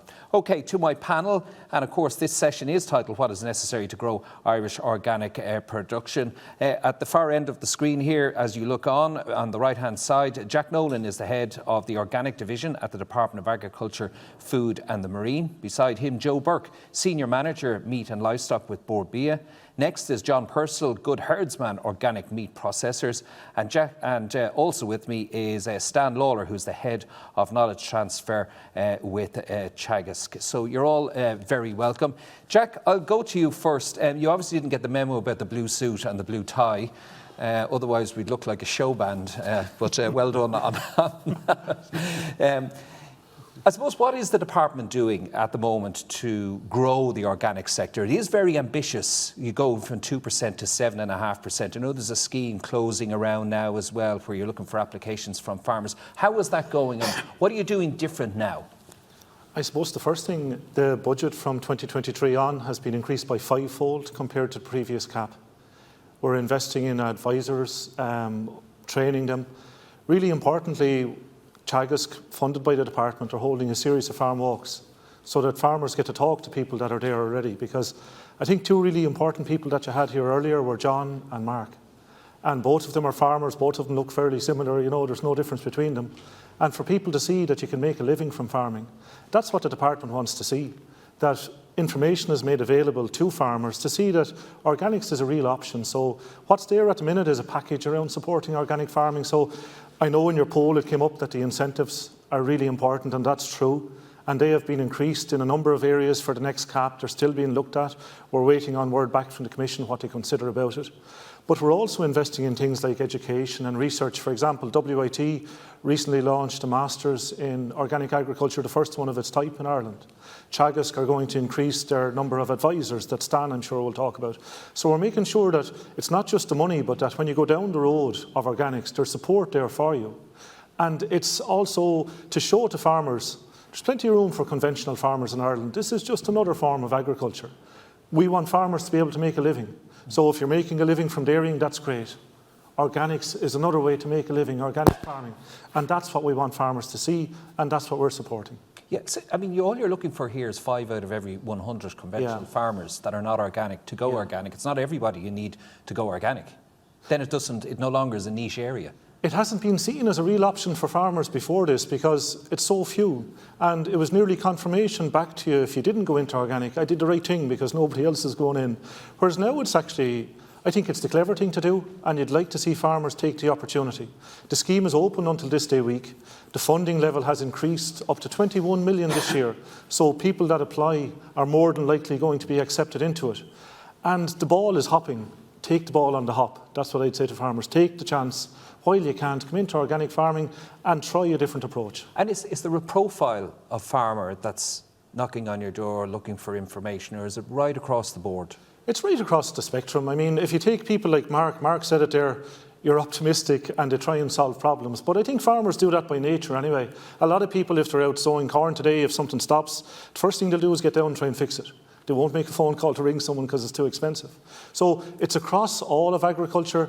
Dairy prices at the moment are very good, as John said earlier. So we're probably not going to see a lot of dairy farmers coming in, but the scheme is open to them. From next year on, the rates for dairy farmers will double. But there's scope there. It was mentioned we're bringing in expensive cereals from abroad. The terrible tragedy that's unfolding in the Ukraine at the moment is showing us the problems for everybody in farming about bringing in feed from abroad. If we can grow more of it here, and we have excellent tillage land in Ireland, we have the skills, we're putting in place the supports for farmers to go down this road. But it's open to everybody, and we want everybody, as long as they're good farmers. We want good farmers. You have to be a good farmer to be an organic farmer. Dr. Stan Lawler, have Teagasc identified what the problems are? You know, where are the gaps in getting farmers from where they are now into organics, and what are Teagasc going to do to address that? Yeah, I think to begin with, I suppose we'd have to recognise the huge maybe increase in the interest in this, that it's really evolving, you know, I won't say on a monthly basis, but certainly on a yearly basis in a short number of years. And, you know, there has been a lot of activities in Teagasc over the last number of decades, you know, with you know, certain bouts of research, and I suppose we're in and out of it a little bit in certain areas. But I think going forward, and particularly, you know, there's a lot of talk about the opportunity that's there now and you know, an enhanced interest in this. And moving forward with that, I suppose, one of the areas where I think we need to be very active is, I suppose, in presenting farmers with what the kind of the blueprint is for different production systems which can be identified to match the needs of the potential market we can generate, but that farmers can identify with something which is actually, you know, they maybe see the full package of what they need to do and what they need to take on. We do that, we have always retained through all of the years of our involvement in organics, have retained a core of specialists. One of the things we are doing this year is doubling the number of specialists. We're going from 2 to 4 in that specialist pool, which is relatively small, but still relative to the overall specialist complement in Teagasc, it's significant. And their work very much is about trying to translate research into messages that are applicable to farmers and that farmers can identify with and use and adopt and take on. And with that links in, I suppose, with that, when I'm talking about that blueprint development for different systems that work, that are linked in with markets and so on. The other key area, Damien, which I think is really important to identify as well, though, is that while, you know, programs can operate at a national level and have national messages, and, you know, events like this are really good to increase the profile of what we're trying to do. The sum of the organic output is the sum of the output on each individual farm. So, you know, individual farmers looking at the option still need to take on board, you know, a big picture message or something from a demonstration farm looks like it offers potential, and you can see what type of measures somebody else has done, and they get you thinking. But you still need to individualise that and see, well, where does that fit into the context of the soils of my farm, the size of my farm, the fragmentation of my farm, what the conversion process would look like. You know, it's fine to talk about being an organic dairy farmer. Does that mean you're starting from scratch, or does that mean you're starting from an existing dairy farm, or so on? And those types of discussions and decision-making that needs to happen at an individual farm level is where the advisor kicks in. So that's an area where we're looking to put more resources into as well, to have that individual farmer by farmer support available to help with that decision-making process. And do you think that that's one of the reasons why we're so low compared to the rest of Europe, that the resources were not put in, that organic farming was seen as, you know, out there by Teagasc, by the farm organisations, by the Department of Agriculture, and it was left to the likes of, you know, Gillian and other niche organic promoting organisations to do all the running on this? I'm not sure if I would say the resources there have been the limiting factor. I think you know, we're also talking a lot today about the market for organic produce. You know, so I think that the opportunity that was there for it certainly maybe was not considered to be maybe as big as it is today. And I think that's a factor, and that is a factor why, let's say in Teagasc, we're looking at the resources we have allocated to it. So you're servicing a demand rather than, I suppose, developing the demand, if you know what I mean. Yeah, that's true. And then you have the other opportunities in the agricultural sector as well. So you're trying to find a balance across all of the enterprises and so on. But definitely, you know, servicing demand and servicing as much the demand, but also the opportunity. And I think we're seeing that the you know, what were the comments we've heard today already in relation to, you know, consumer sentiment, consumer awareness, consumer buying patterns, and so on. The opportunity of this is evolving in time as well, and hence the resources you would look at allocating to it to capture that opportunity evolve in time as well. John Purcell, it's a fine balancing act. You know, at what stage does the niche premium organic product suddenly become the same as everything else? You know, we're at 2%, so it is niche. We pay more for organic beef, and it has that premium label. So while I'm sure, you know, it's great that we will increase the amount of beef production that might go organic in this country, at what stage would you prefer that it would just stop, from your perspective? Well, first of all, niche is a word that we used to use, fado. It's not niche anymore, particularly in Europe. Organic is not niche. In Ireland, niche from a volume point of view, maybe. We haven't hit the premium levels yet of what the opportunities are out there for organic. I'd be to answer your question, we're so short of organic beef at the moment. We have such a demand for organic beef from all our retailers, both in Europe and domestically. We just can't supply it. And we're in a horrible position to say, sorry guys, I go to all the shows, the Nugas, the CLs, even our own organic food fair out in Nuremberg every year. And I have to say, sorry, next year hopefully we'll have some more volume. Well, that's very heartening to actually hear that the demand is actually there. Absolutely huge. It really is. And in Ireland we have a very unique product in Ireland. As Frank just pointed out to us, we have a suckling herd. You know, our beef doesn't come from the dairy herd, as it were. It does mainly in France and Germany. We have a very unique product, and particularly in the steak meat area, we're top of the pops, if you like, out in Europe with our steak quality. And no other countries have to match that, you know. Well, can you give us just an overall picture in numbers, if you can, about what is the percentage of the annual beef kill organic, and what could it be? What like if you were to fill all of the, if you were to I suppose fill all the supermarkets that are looking for Irish organic produce, by how much would you increase? Okay, let's put it in context. Like in Ireland, we're killing 1.7 million conventional cattle per year. Of that, we're only killing 11,000 organic. That's less than 1%. In Europe, 9% of their national kills combined are organic. So we have such a catching up to do.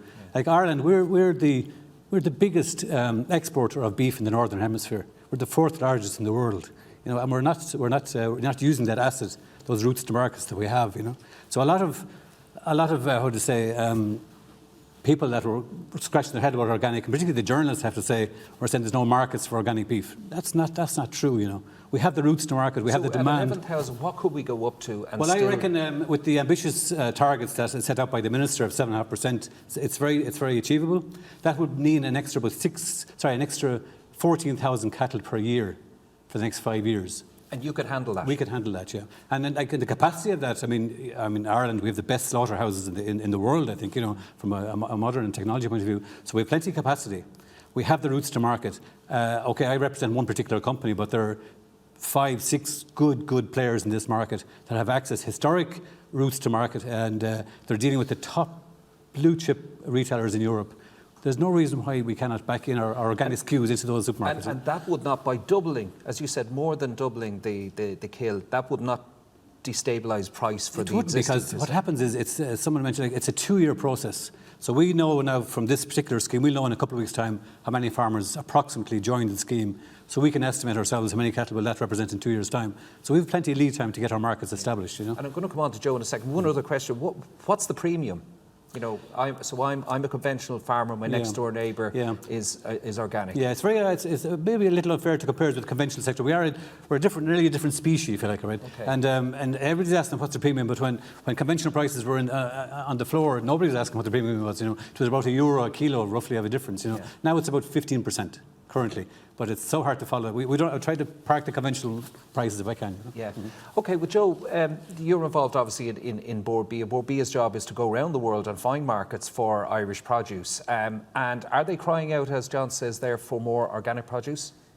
Yeah, and as John alluded to there, Damien, we're certainly getting that feedback from customers, from existing buyers of Irish organic beef and other products, that we would buy more if it is available, if it was available. I suppose Board B is committed to supporting a vibrant, dynamic, successful Irish organic sector, as indeed with the conventional. But with regard to organic, Damien, we have a number of activities, including the market development and the promotional activities. Indeed, with those existing customers that are already buying, we're trying to even improve those relationships further. And then hopefully when the product, I suppose, becomes more available and comes on board, that'll be an automatic, I suppose, additional route in order to market that produce.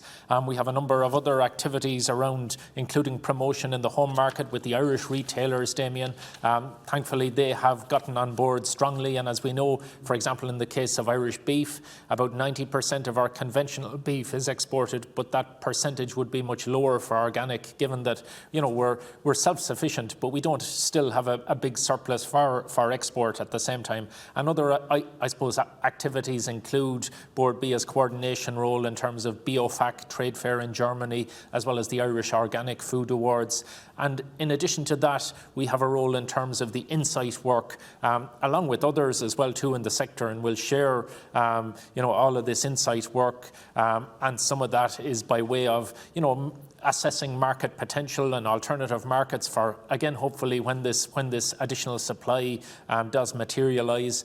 I suppose in addition to our understanding our own potential as well around, you know, within our existing supply chains, if we really were able to minimise that leakage that we heard a little bit about earlier, you know, what would be available then? Because there are the two opportunities to grow our availability. There's signing up additional farmers, but also reducing that leakage. Well, I know we're talking about beef in general, but, you know, we can spread it out to dairy as well. And I mean, Board B do such a great slick job in promoting Irish dairy and beef as being almost organic, you know, grass-fed, cattle are out all the year, the clean green image, the food island. We're now applying for PGI status. So are we almost on a collision course then with trying to market organic beef as being even more organic than what we're producing, if you know what I mean? Yeah, I sometimes also, you know, get that feedback or those comments, Damien, from organic producers in particular, but I don't think that there is any conflict of interest there. That, in fact, for example, we have Origin Green. Origin Green is our national sustainability program. It doesn't go on pack. It's a B2B initiative, so it's at a business-to-business level that we're communicating to buyers, be it the retailers or our food service customers, you know, about Ireland Inc.'s sustainability credentials. On the other hand, organic is something that's totally different and obviously has the potential to, I suppose, lead to significant price premiums and a premium market position, and that's all associated with, you know, no chemicals, no use of artificial fertilizers, you know, again, that purity and that, you know, highly premium nature. I would certainly argue the case that we're not in any way trying to greenwash, as is sometimes implied, that we have a very, very good reputation for Irish produce generally, but even over and above that, the organic sector occupies that premium position and has the potential for even higher returns, and that there shouldn't be any muddying of the waters there. Jack, it doesn't suit everybody. Are there people that approach you looking to go organic that you have to turn around and say to, look, it's just not for you? Is there a cohort of Irish farmer, size, location, etc., that it's just not suitable? I suppose not so far, to be honest. I mean, they have to think about it seriously, but just when you were talking to John about the premium, I was thinking there, like the average farmer in organics is 44 hectares, and he or she will get over 9,000 per year for the first 2 years in conversion. And then they'll get 7,000 per year. So it's a sizable sum of money that's not to be sneezed at, and there's a package of supports there around organic farming. I suppose a big thing for suckler farmers to have to look at, you have to have more space for cattle. They can't be fully on slats. They have to have half the area of a lie-back and straw bedded. But if you can deal with that, and you can deal with the idea that it's probably more difficult to be an organic farmer at the start because you have to get your head around you're going to depend on clover. You're going to trust in your own ability to manage as well. John mentioned about antibiotics, but the withdrawal period for drugs in animals, animal welfare is key. And the withdrawal period is doubled or trebled depending on the antibiotic, but that's dealt with. There is no risk to animals. So far we haven't. It's difficult for dairy farmers to see it. When you look at a milk price being achieved of 50 cents per litre, and the outlook for the year ahead is good, that's great. So we're probably not going to get a lot of interest. But if you think of the pressure, I was talking to the local co-op manager the other day. He was telling me he's busy at the minute extending the credit lines for farmers. And what you'd worry about is at the back end of the year, will people to be able to pay back that money? There's a lot of pressure on farmers at the minute, so I think they need to go and talk to farmers, think through, is this suitable for their land? Because we're brilliant at producing grass in Ireland. We have excellent tillage farmers. There's a demand there for horticulture. John has a demand for beef. We know on the sheep side, we're not selling the sheep that we're producing organically as organic. So there is a market there that we can build on. There's a demand there. But it really needs to be thought through at home by the farmer. This is not something that you hear today, the scheme is open, and you're going to sign up tomorrow. You need to make a plan. And that's a big thing about organic farming, that you need to plan ahead.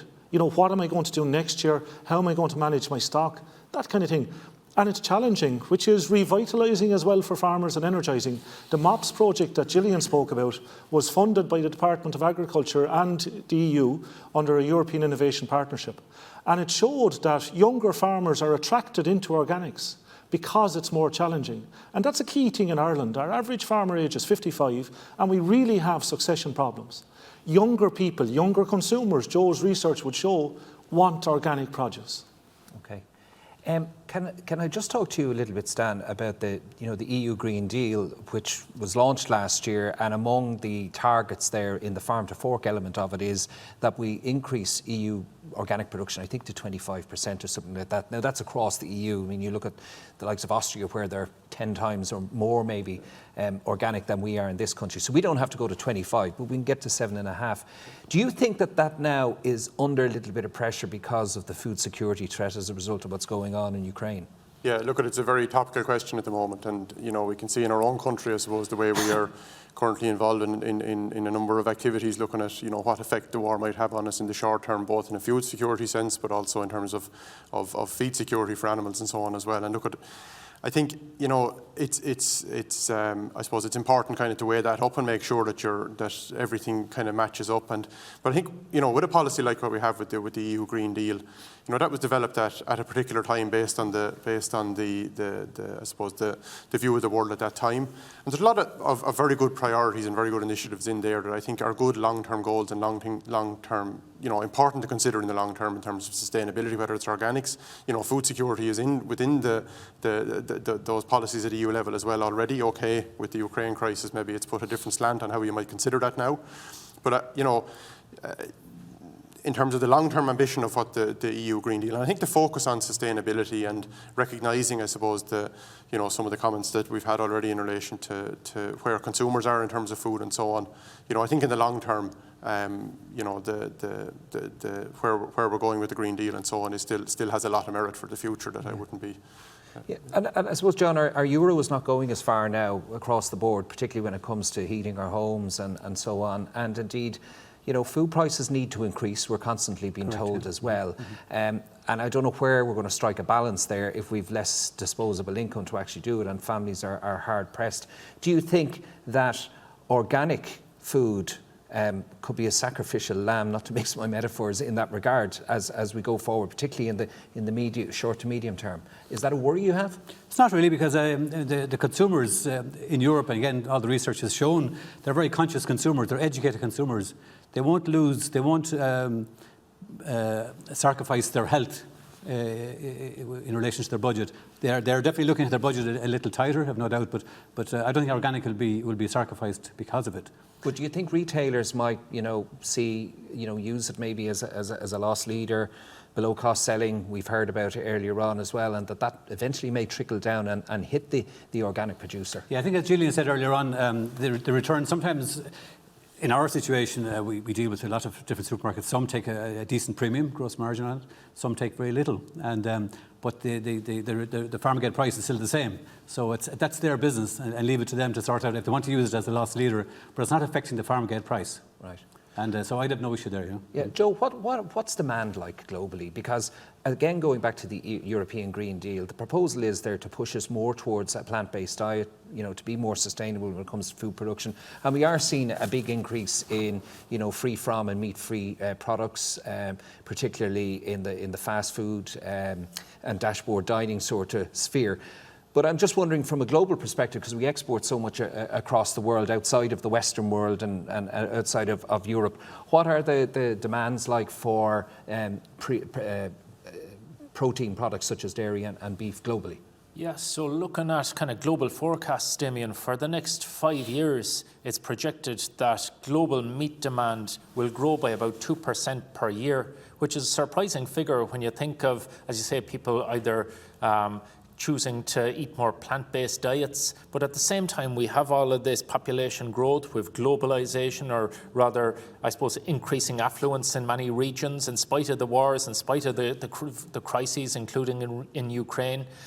So there is, and to specifically focus on the organic sector for meat, for dairy as well, there is a specific cohort, particularly in the developed economies like in Europe, where you have people who are these so-called flexitarians, and they're not necessarily heavy consumers of a lot of protein, and in many cases they're not even eating a big helping of meat every day. But where they are choosing to eat meat, they want that to be the highest possible quality that they can get their hands on. Mm-hmm. They're not necessarily buying big portions or big steaks or anything like that. In most cases, they're probably cooking for themselves and their families, and they want it to be really, really high quality. They want it to be nutritious, and they want it to be ethical. So in a lot of cases, they can identify really, really closely with organic, and organic from Ireland as well, is a natural fit for a lot of those customers. All right, well, we have a couple of minutes left, and I'm going to repeat the question that I put to the first panel, and that is, I don't want you driving home this evening, Jack, back down to Wexford, saying, I forgot to mention. That's always what happens at a conference. I forgot to mention. So what's your take-home message for our audience here today, this Friday evening? I'd say there are three things farmers are worried about at the minute: fertiliser, feed and fuel. Organic farmers, a lot of them are producing the feed on farm. They're using their own fertiliser. Fuel, you can't do anything about. As regards food security, I think organics is the way forward, actually, because what we're doing here is looking at what the land can sustain, what the farm can sustain. There are things that people can do. Like if you look at food waste, for example, 10% of the greenhouse gases in the world come from food waste. Every house in Ireland throws out about a tonne of food. I'd start there. We can well afford to pay for organic food. If you look at the advice being given to farmers today, get your soil fertility right, spread lime, manage your grass better. These are all the principles of organic farming. So my message to farmers would be, inform yourself, make an informed decision. If you choose, after all the information, organics is not for you, that's fine. But don't dismiss it like you would have in the past because it was seen as something else. Okay, Joe. Yeah, I'd agree with a lot of what Jack has said there. By way of the game has changed. Input costs have gone up significantly. Heretofore, organic has been a very small percentage of production, and it's not like, Damien, that we're trying to convince everyone to go down this route, but it is a really, really viable option that everyone should be considering now at the moment. And yeah, it's not necessarily for everyone, but it does, I think, reflect that Ireland has a number of natural advantages which do fit really, really well with the organic sector. And, it's certainly an opportunity there for a number of producers there, be it in the beef, sheep, and indeed some dairy producers. Nothing to lose in looking at it anyway to begin with. John? Well, Damien, back in the 90s we were cattle dealers and now we're organic farmers, so don't have any fear about organics. If you're interested, you can do it. What would the Purcell seniors now have said in the 90s that you'd be organic farmers in the noughties? And well, I told my father back in '98 I was going organic. He didn't talk to me for 6 months. And I reminded him that he was organic farming back in the 50s. And then he scratched his head and he said, I was. So no, don't have any fear. There's plenty of farm walks. Farmers need to go on farm walks. I listened to that gentleman from Denmark. 300,000 people went on farm walks in Denmark. Irish people need to do that and see what's going on the ground. We're successfully organic farming for 22, 24 years now. And we're producing combi crop, red clover silage. Yeah. There's no fear there, no fear. And I presume you didn't have to thumb a lift here today either, which is a result of that. Stan Lawler. Damien, I go back to, I suppose, a comment I made earlier. The progress we can make as a total in terms of the organic industry will be the sum of what we do within each individual farms. And I think the most important thing we need to consider is the farmers now that we're looking to see organic as an opportunity for, we need to de-risk that change process. And I think I'd identify 4 things I think as an industry we need to be looking at. I think we need to have, there's very positive comments today about the potential market that's out there. Probably the communication of that and the confidence we can generate with farmers around that market potential is very important. The blueprints then we can develop for production to produce that market, I think is the next key important step, linking back to some of the research and so on.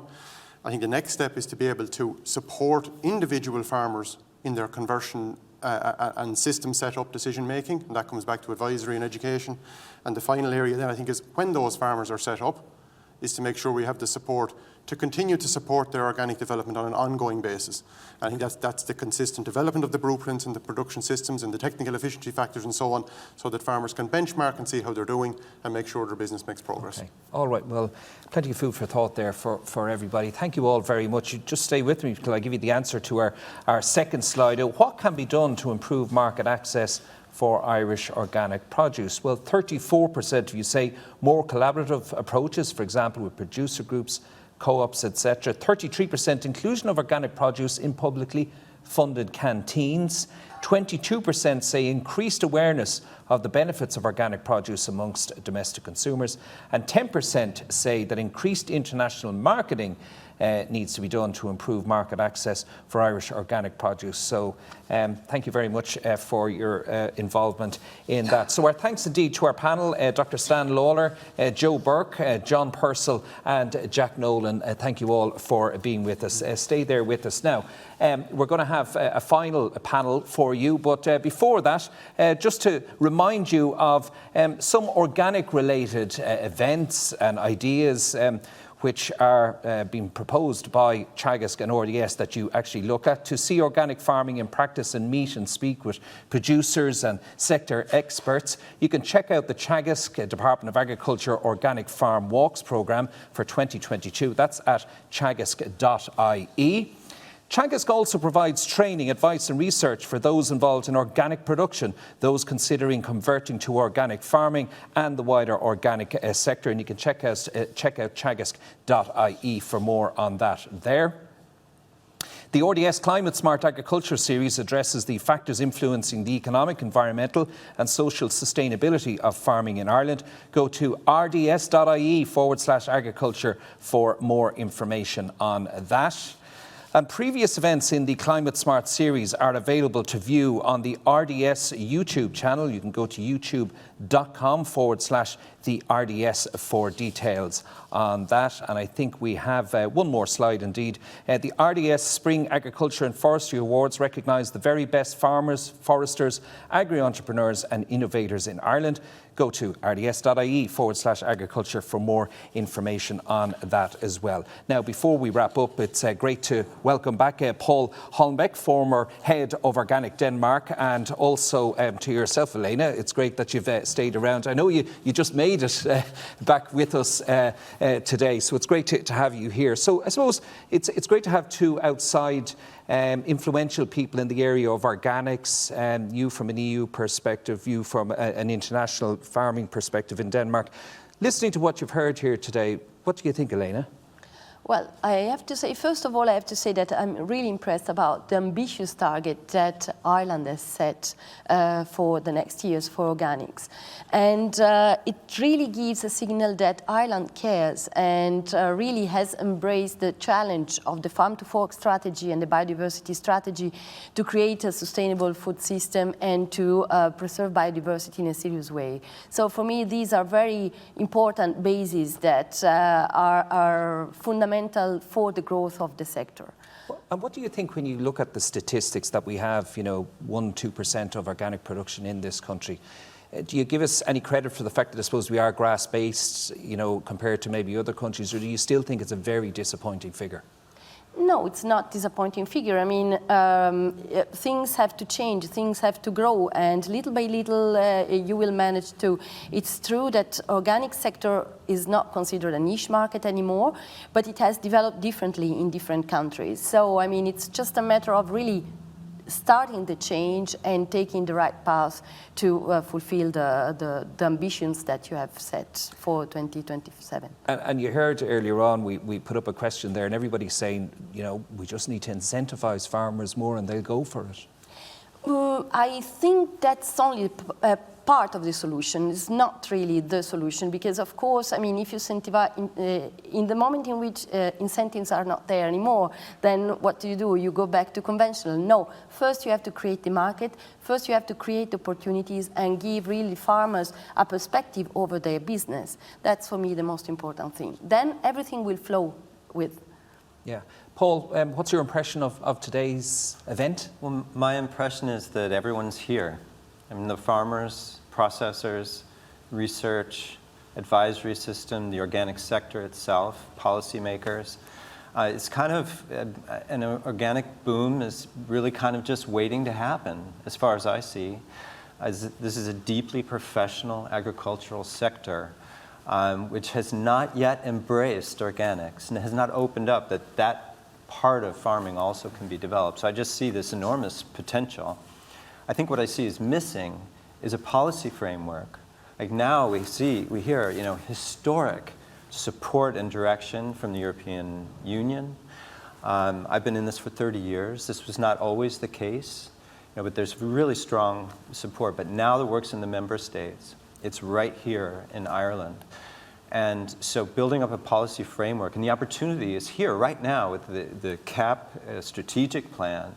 Just take 5, 10 truly potent policy measures driving market and production and build them into the plan now, fully finance them and see what happens. Are you reminded of some of the apprehensions which farmers and consumers would have had in Denmark, back in the day? Oh, definitely. And creating, it's all about motivation. Motivating consumers about the why of organic, motivating farmers and all the things they're motivated by. It's their craft, it's their pride, it's the local nature, it's earning money. So it's a whole lot of different things. And then I think it's important that conventional agricultural leaders also send signals that organics is an important part of the future. They don't have to say it's the only future, but they have to say it's an important pathway, a new opportunity for farmers. So farm leaders have a key role here, you're saying? Absolutely. Send those positive signals. Yeah. And then I think another thing that's missing is that I think in the organic sector itself, the focus is on certification, very important. That's the basis of trust. But there hasn't been a political investment of resources in developing the capacity of the organic sector to drive market development, to do farm conversion, to support farmers with advice, supply chain collaboration. So I think really mobilizing and investing in the organic sector is absolutely key. Yeah, the reaction to the Farm to Fork project and proposal here, it got a lukewarm welcome and continues to get a lukewarm welcome, not only here in Ireland, but among the farm organisations throughout Europe. What do you say in response to those concerns that the aim is to reduce yield and that it's going to have an impact on farmers? Well, there's an important issue that has to be taken into account. Yields are, in fact, one of the, let's say, the crucial point of organics, and always, let's say, being criticized for having lower yields. But that's why we consider that research plays a fundamental role, a crucial role, if you want really to give farmers the right tools to develop organics. Yields have improved really a lot in the last years, and there is still a margin to further improve. And we think that as soon as farmers will see that organic is a real option, and both in terms of production and in terms of market and possibilities, they will see that it worth to take the challenge. Okay, so Elena, before we go, what is your take-home message from a DG Agri EU perspective? That organic is a real option, and you really have to go for it. All right, simple message. Well done on that. And you, Paul? I presume. Bravo. I can't say it any better. The opportunities are enormous for Ireland. Okay. Well, I don't think there's any more that you can both say about it that has not already been said by the various panellists earlier on. I hope you... Are you going back to Brussels this evening? This evening. That's a short visit. Paul, you get another evening here in Dublin, so we do hope you enjoy it. And thank you both so much. It's been great getting the outside perspective. We're not in this bubble. It's great to have you both here. I hope you've enjoyed it. Pleasure. Thank you both for your insights, and I think for the viewers at home, they will have learned quite a lot from the Danish and EU experiences, and let's hope we see you again. Thank you very much indeed for that. Well, that almost concludes our special event here at the RDS in association with Teagasc here this afternoon. I do hope you enjoyed it. Maybe all your questions weren't answered, but I'm sure it has given some inspiration to a lot of you to think organic. My thanks to all of the panellists and to everybody here in the RDS for putting this event together. And before we finish up, I'm going to hand you over now for the concluding address to Frank O'Mara, Professor Frank O'Mara, the Director of Teagasc. Frank. Thank you very much, Damien, and good afternoon, everybody. Look, I won't detain you too long. It's getting late on a Friday afternoon, but just to reflect on what we've heard, and I think we have heard a range of very interesting presentations and panel discussions over the last couple of hours. And it's clear that organics is a growing system within Europe, and we're now up to 9% of utilised agriculture area under organic. So, as Elena said, it's no longer a niche enterprise at a European level. And the target within the EU, as we know, is to grow that to 25% of the agricultural area by 2030. In Ireland, we're obviously at a lower level, and we're aiming to go from a current level of around 2% or slightly less than 2 to 7.5%. And I suppose the question that we're all grappling with is this possible? Well, I think the example that we've seen from Denmark is heartening in that regard, because they're a similar-sized country to ourselves, and they have, had seen significant growth and development of their organic sector in the past decade. There's many factors that are going to influence the outcome or the success that we will have in the development plans for the organic sector. Firstly, as the Minister said, it must be financially viable for producers. Secondly, we need clear policy and support for the sector. Thirdly, we're going to need market development, taking on board that environment and health are two of the key drivers in the minds of consumers in relation to their choice of organics or not. And fourthly, we need capacity building. And that's where Teagasc has a very important role, both in terms of research, advice and education. And as Stan has outlined earlier, we are going to increase the resources that we have allocated to organics in the coming months and years. And we have also, for today, brought out a booklet summarising some of the research that we've conducted recently that's relevant to organics.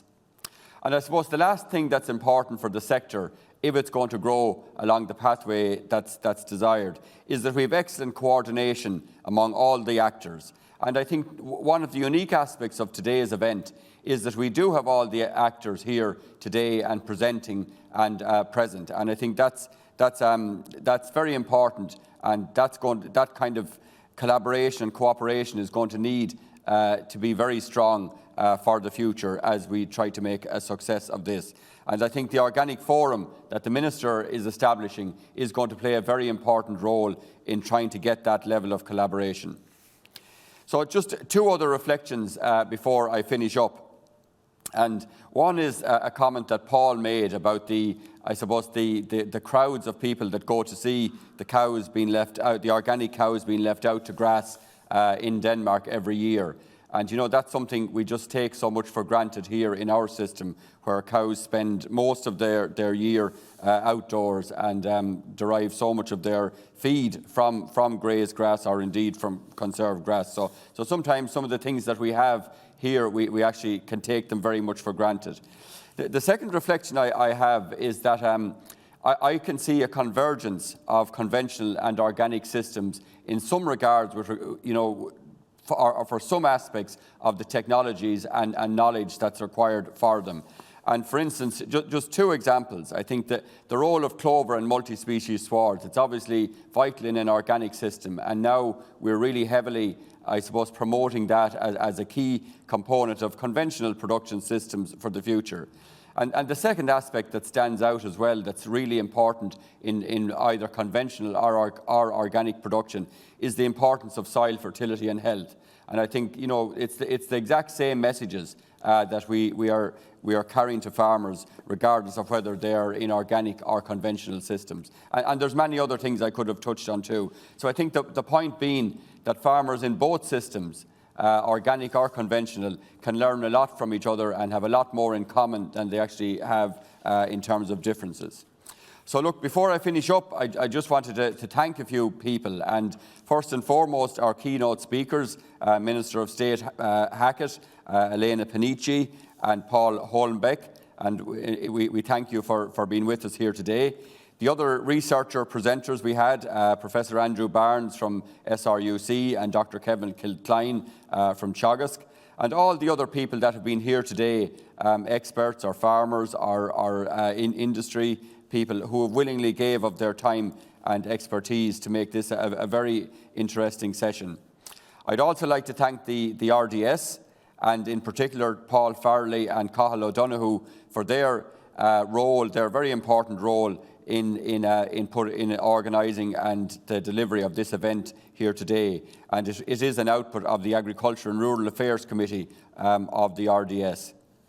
I'd also like to thank my own colleagues who've been important today, and in particular Joe Kelleher and Elaine Levy, our two organic specialists, Dr. Yan Yin, postdoctoral researcher on the LIFT Horizon 2020 project, and Dr. Mary Ryan, who put a huge amount of work into getting this event organised. And also my colleagues who were contributors to the Underpinning Organics booklet. So, look, I think that's all I wanted to say. Finally, I do want to thank Damien, who did a really excellent job of keeping the event moving today and of keeping the discussions very stimulating and interesting, and we're very grateful to you, Damien, for that. And finally, thanks to all of you who have listened in for the afternoon, and I hope that you all take away something useful or some useful information from the event. So, go to Bíle Mahagwave. I wish everybody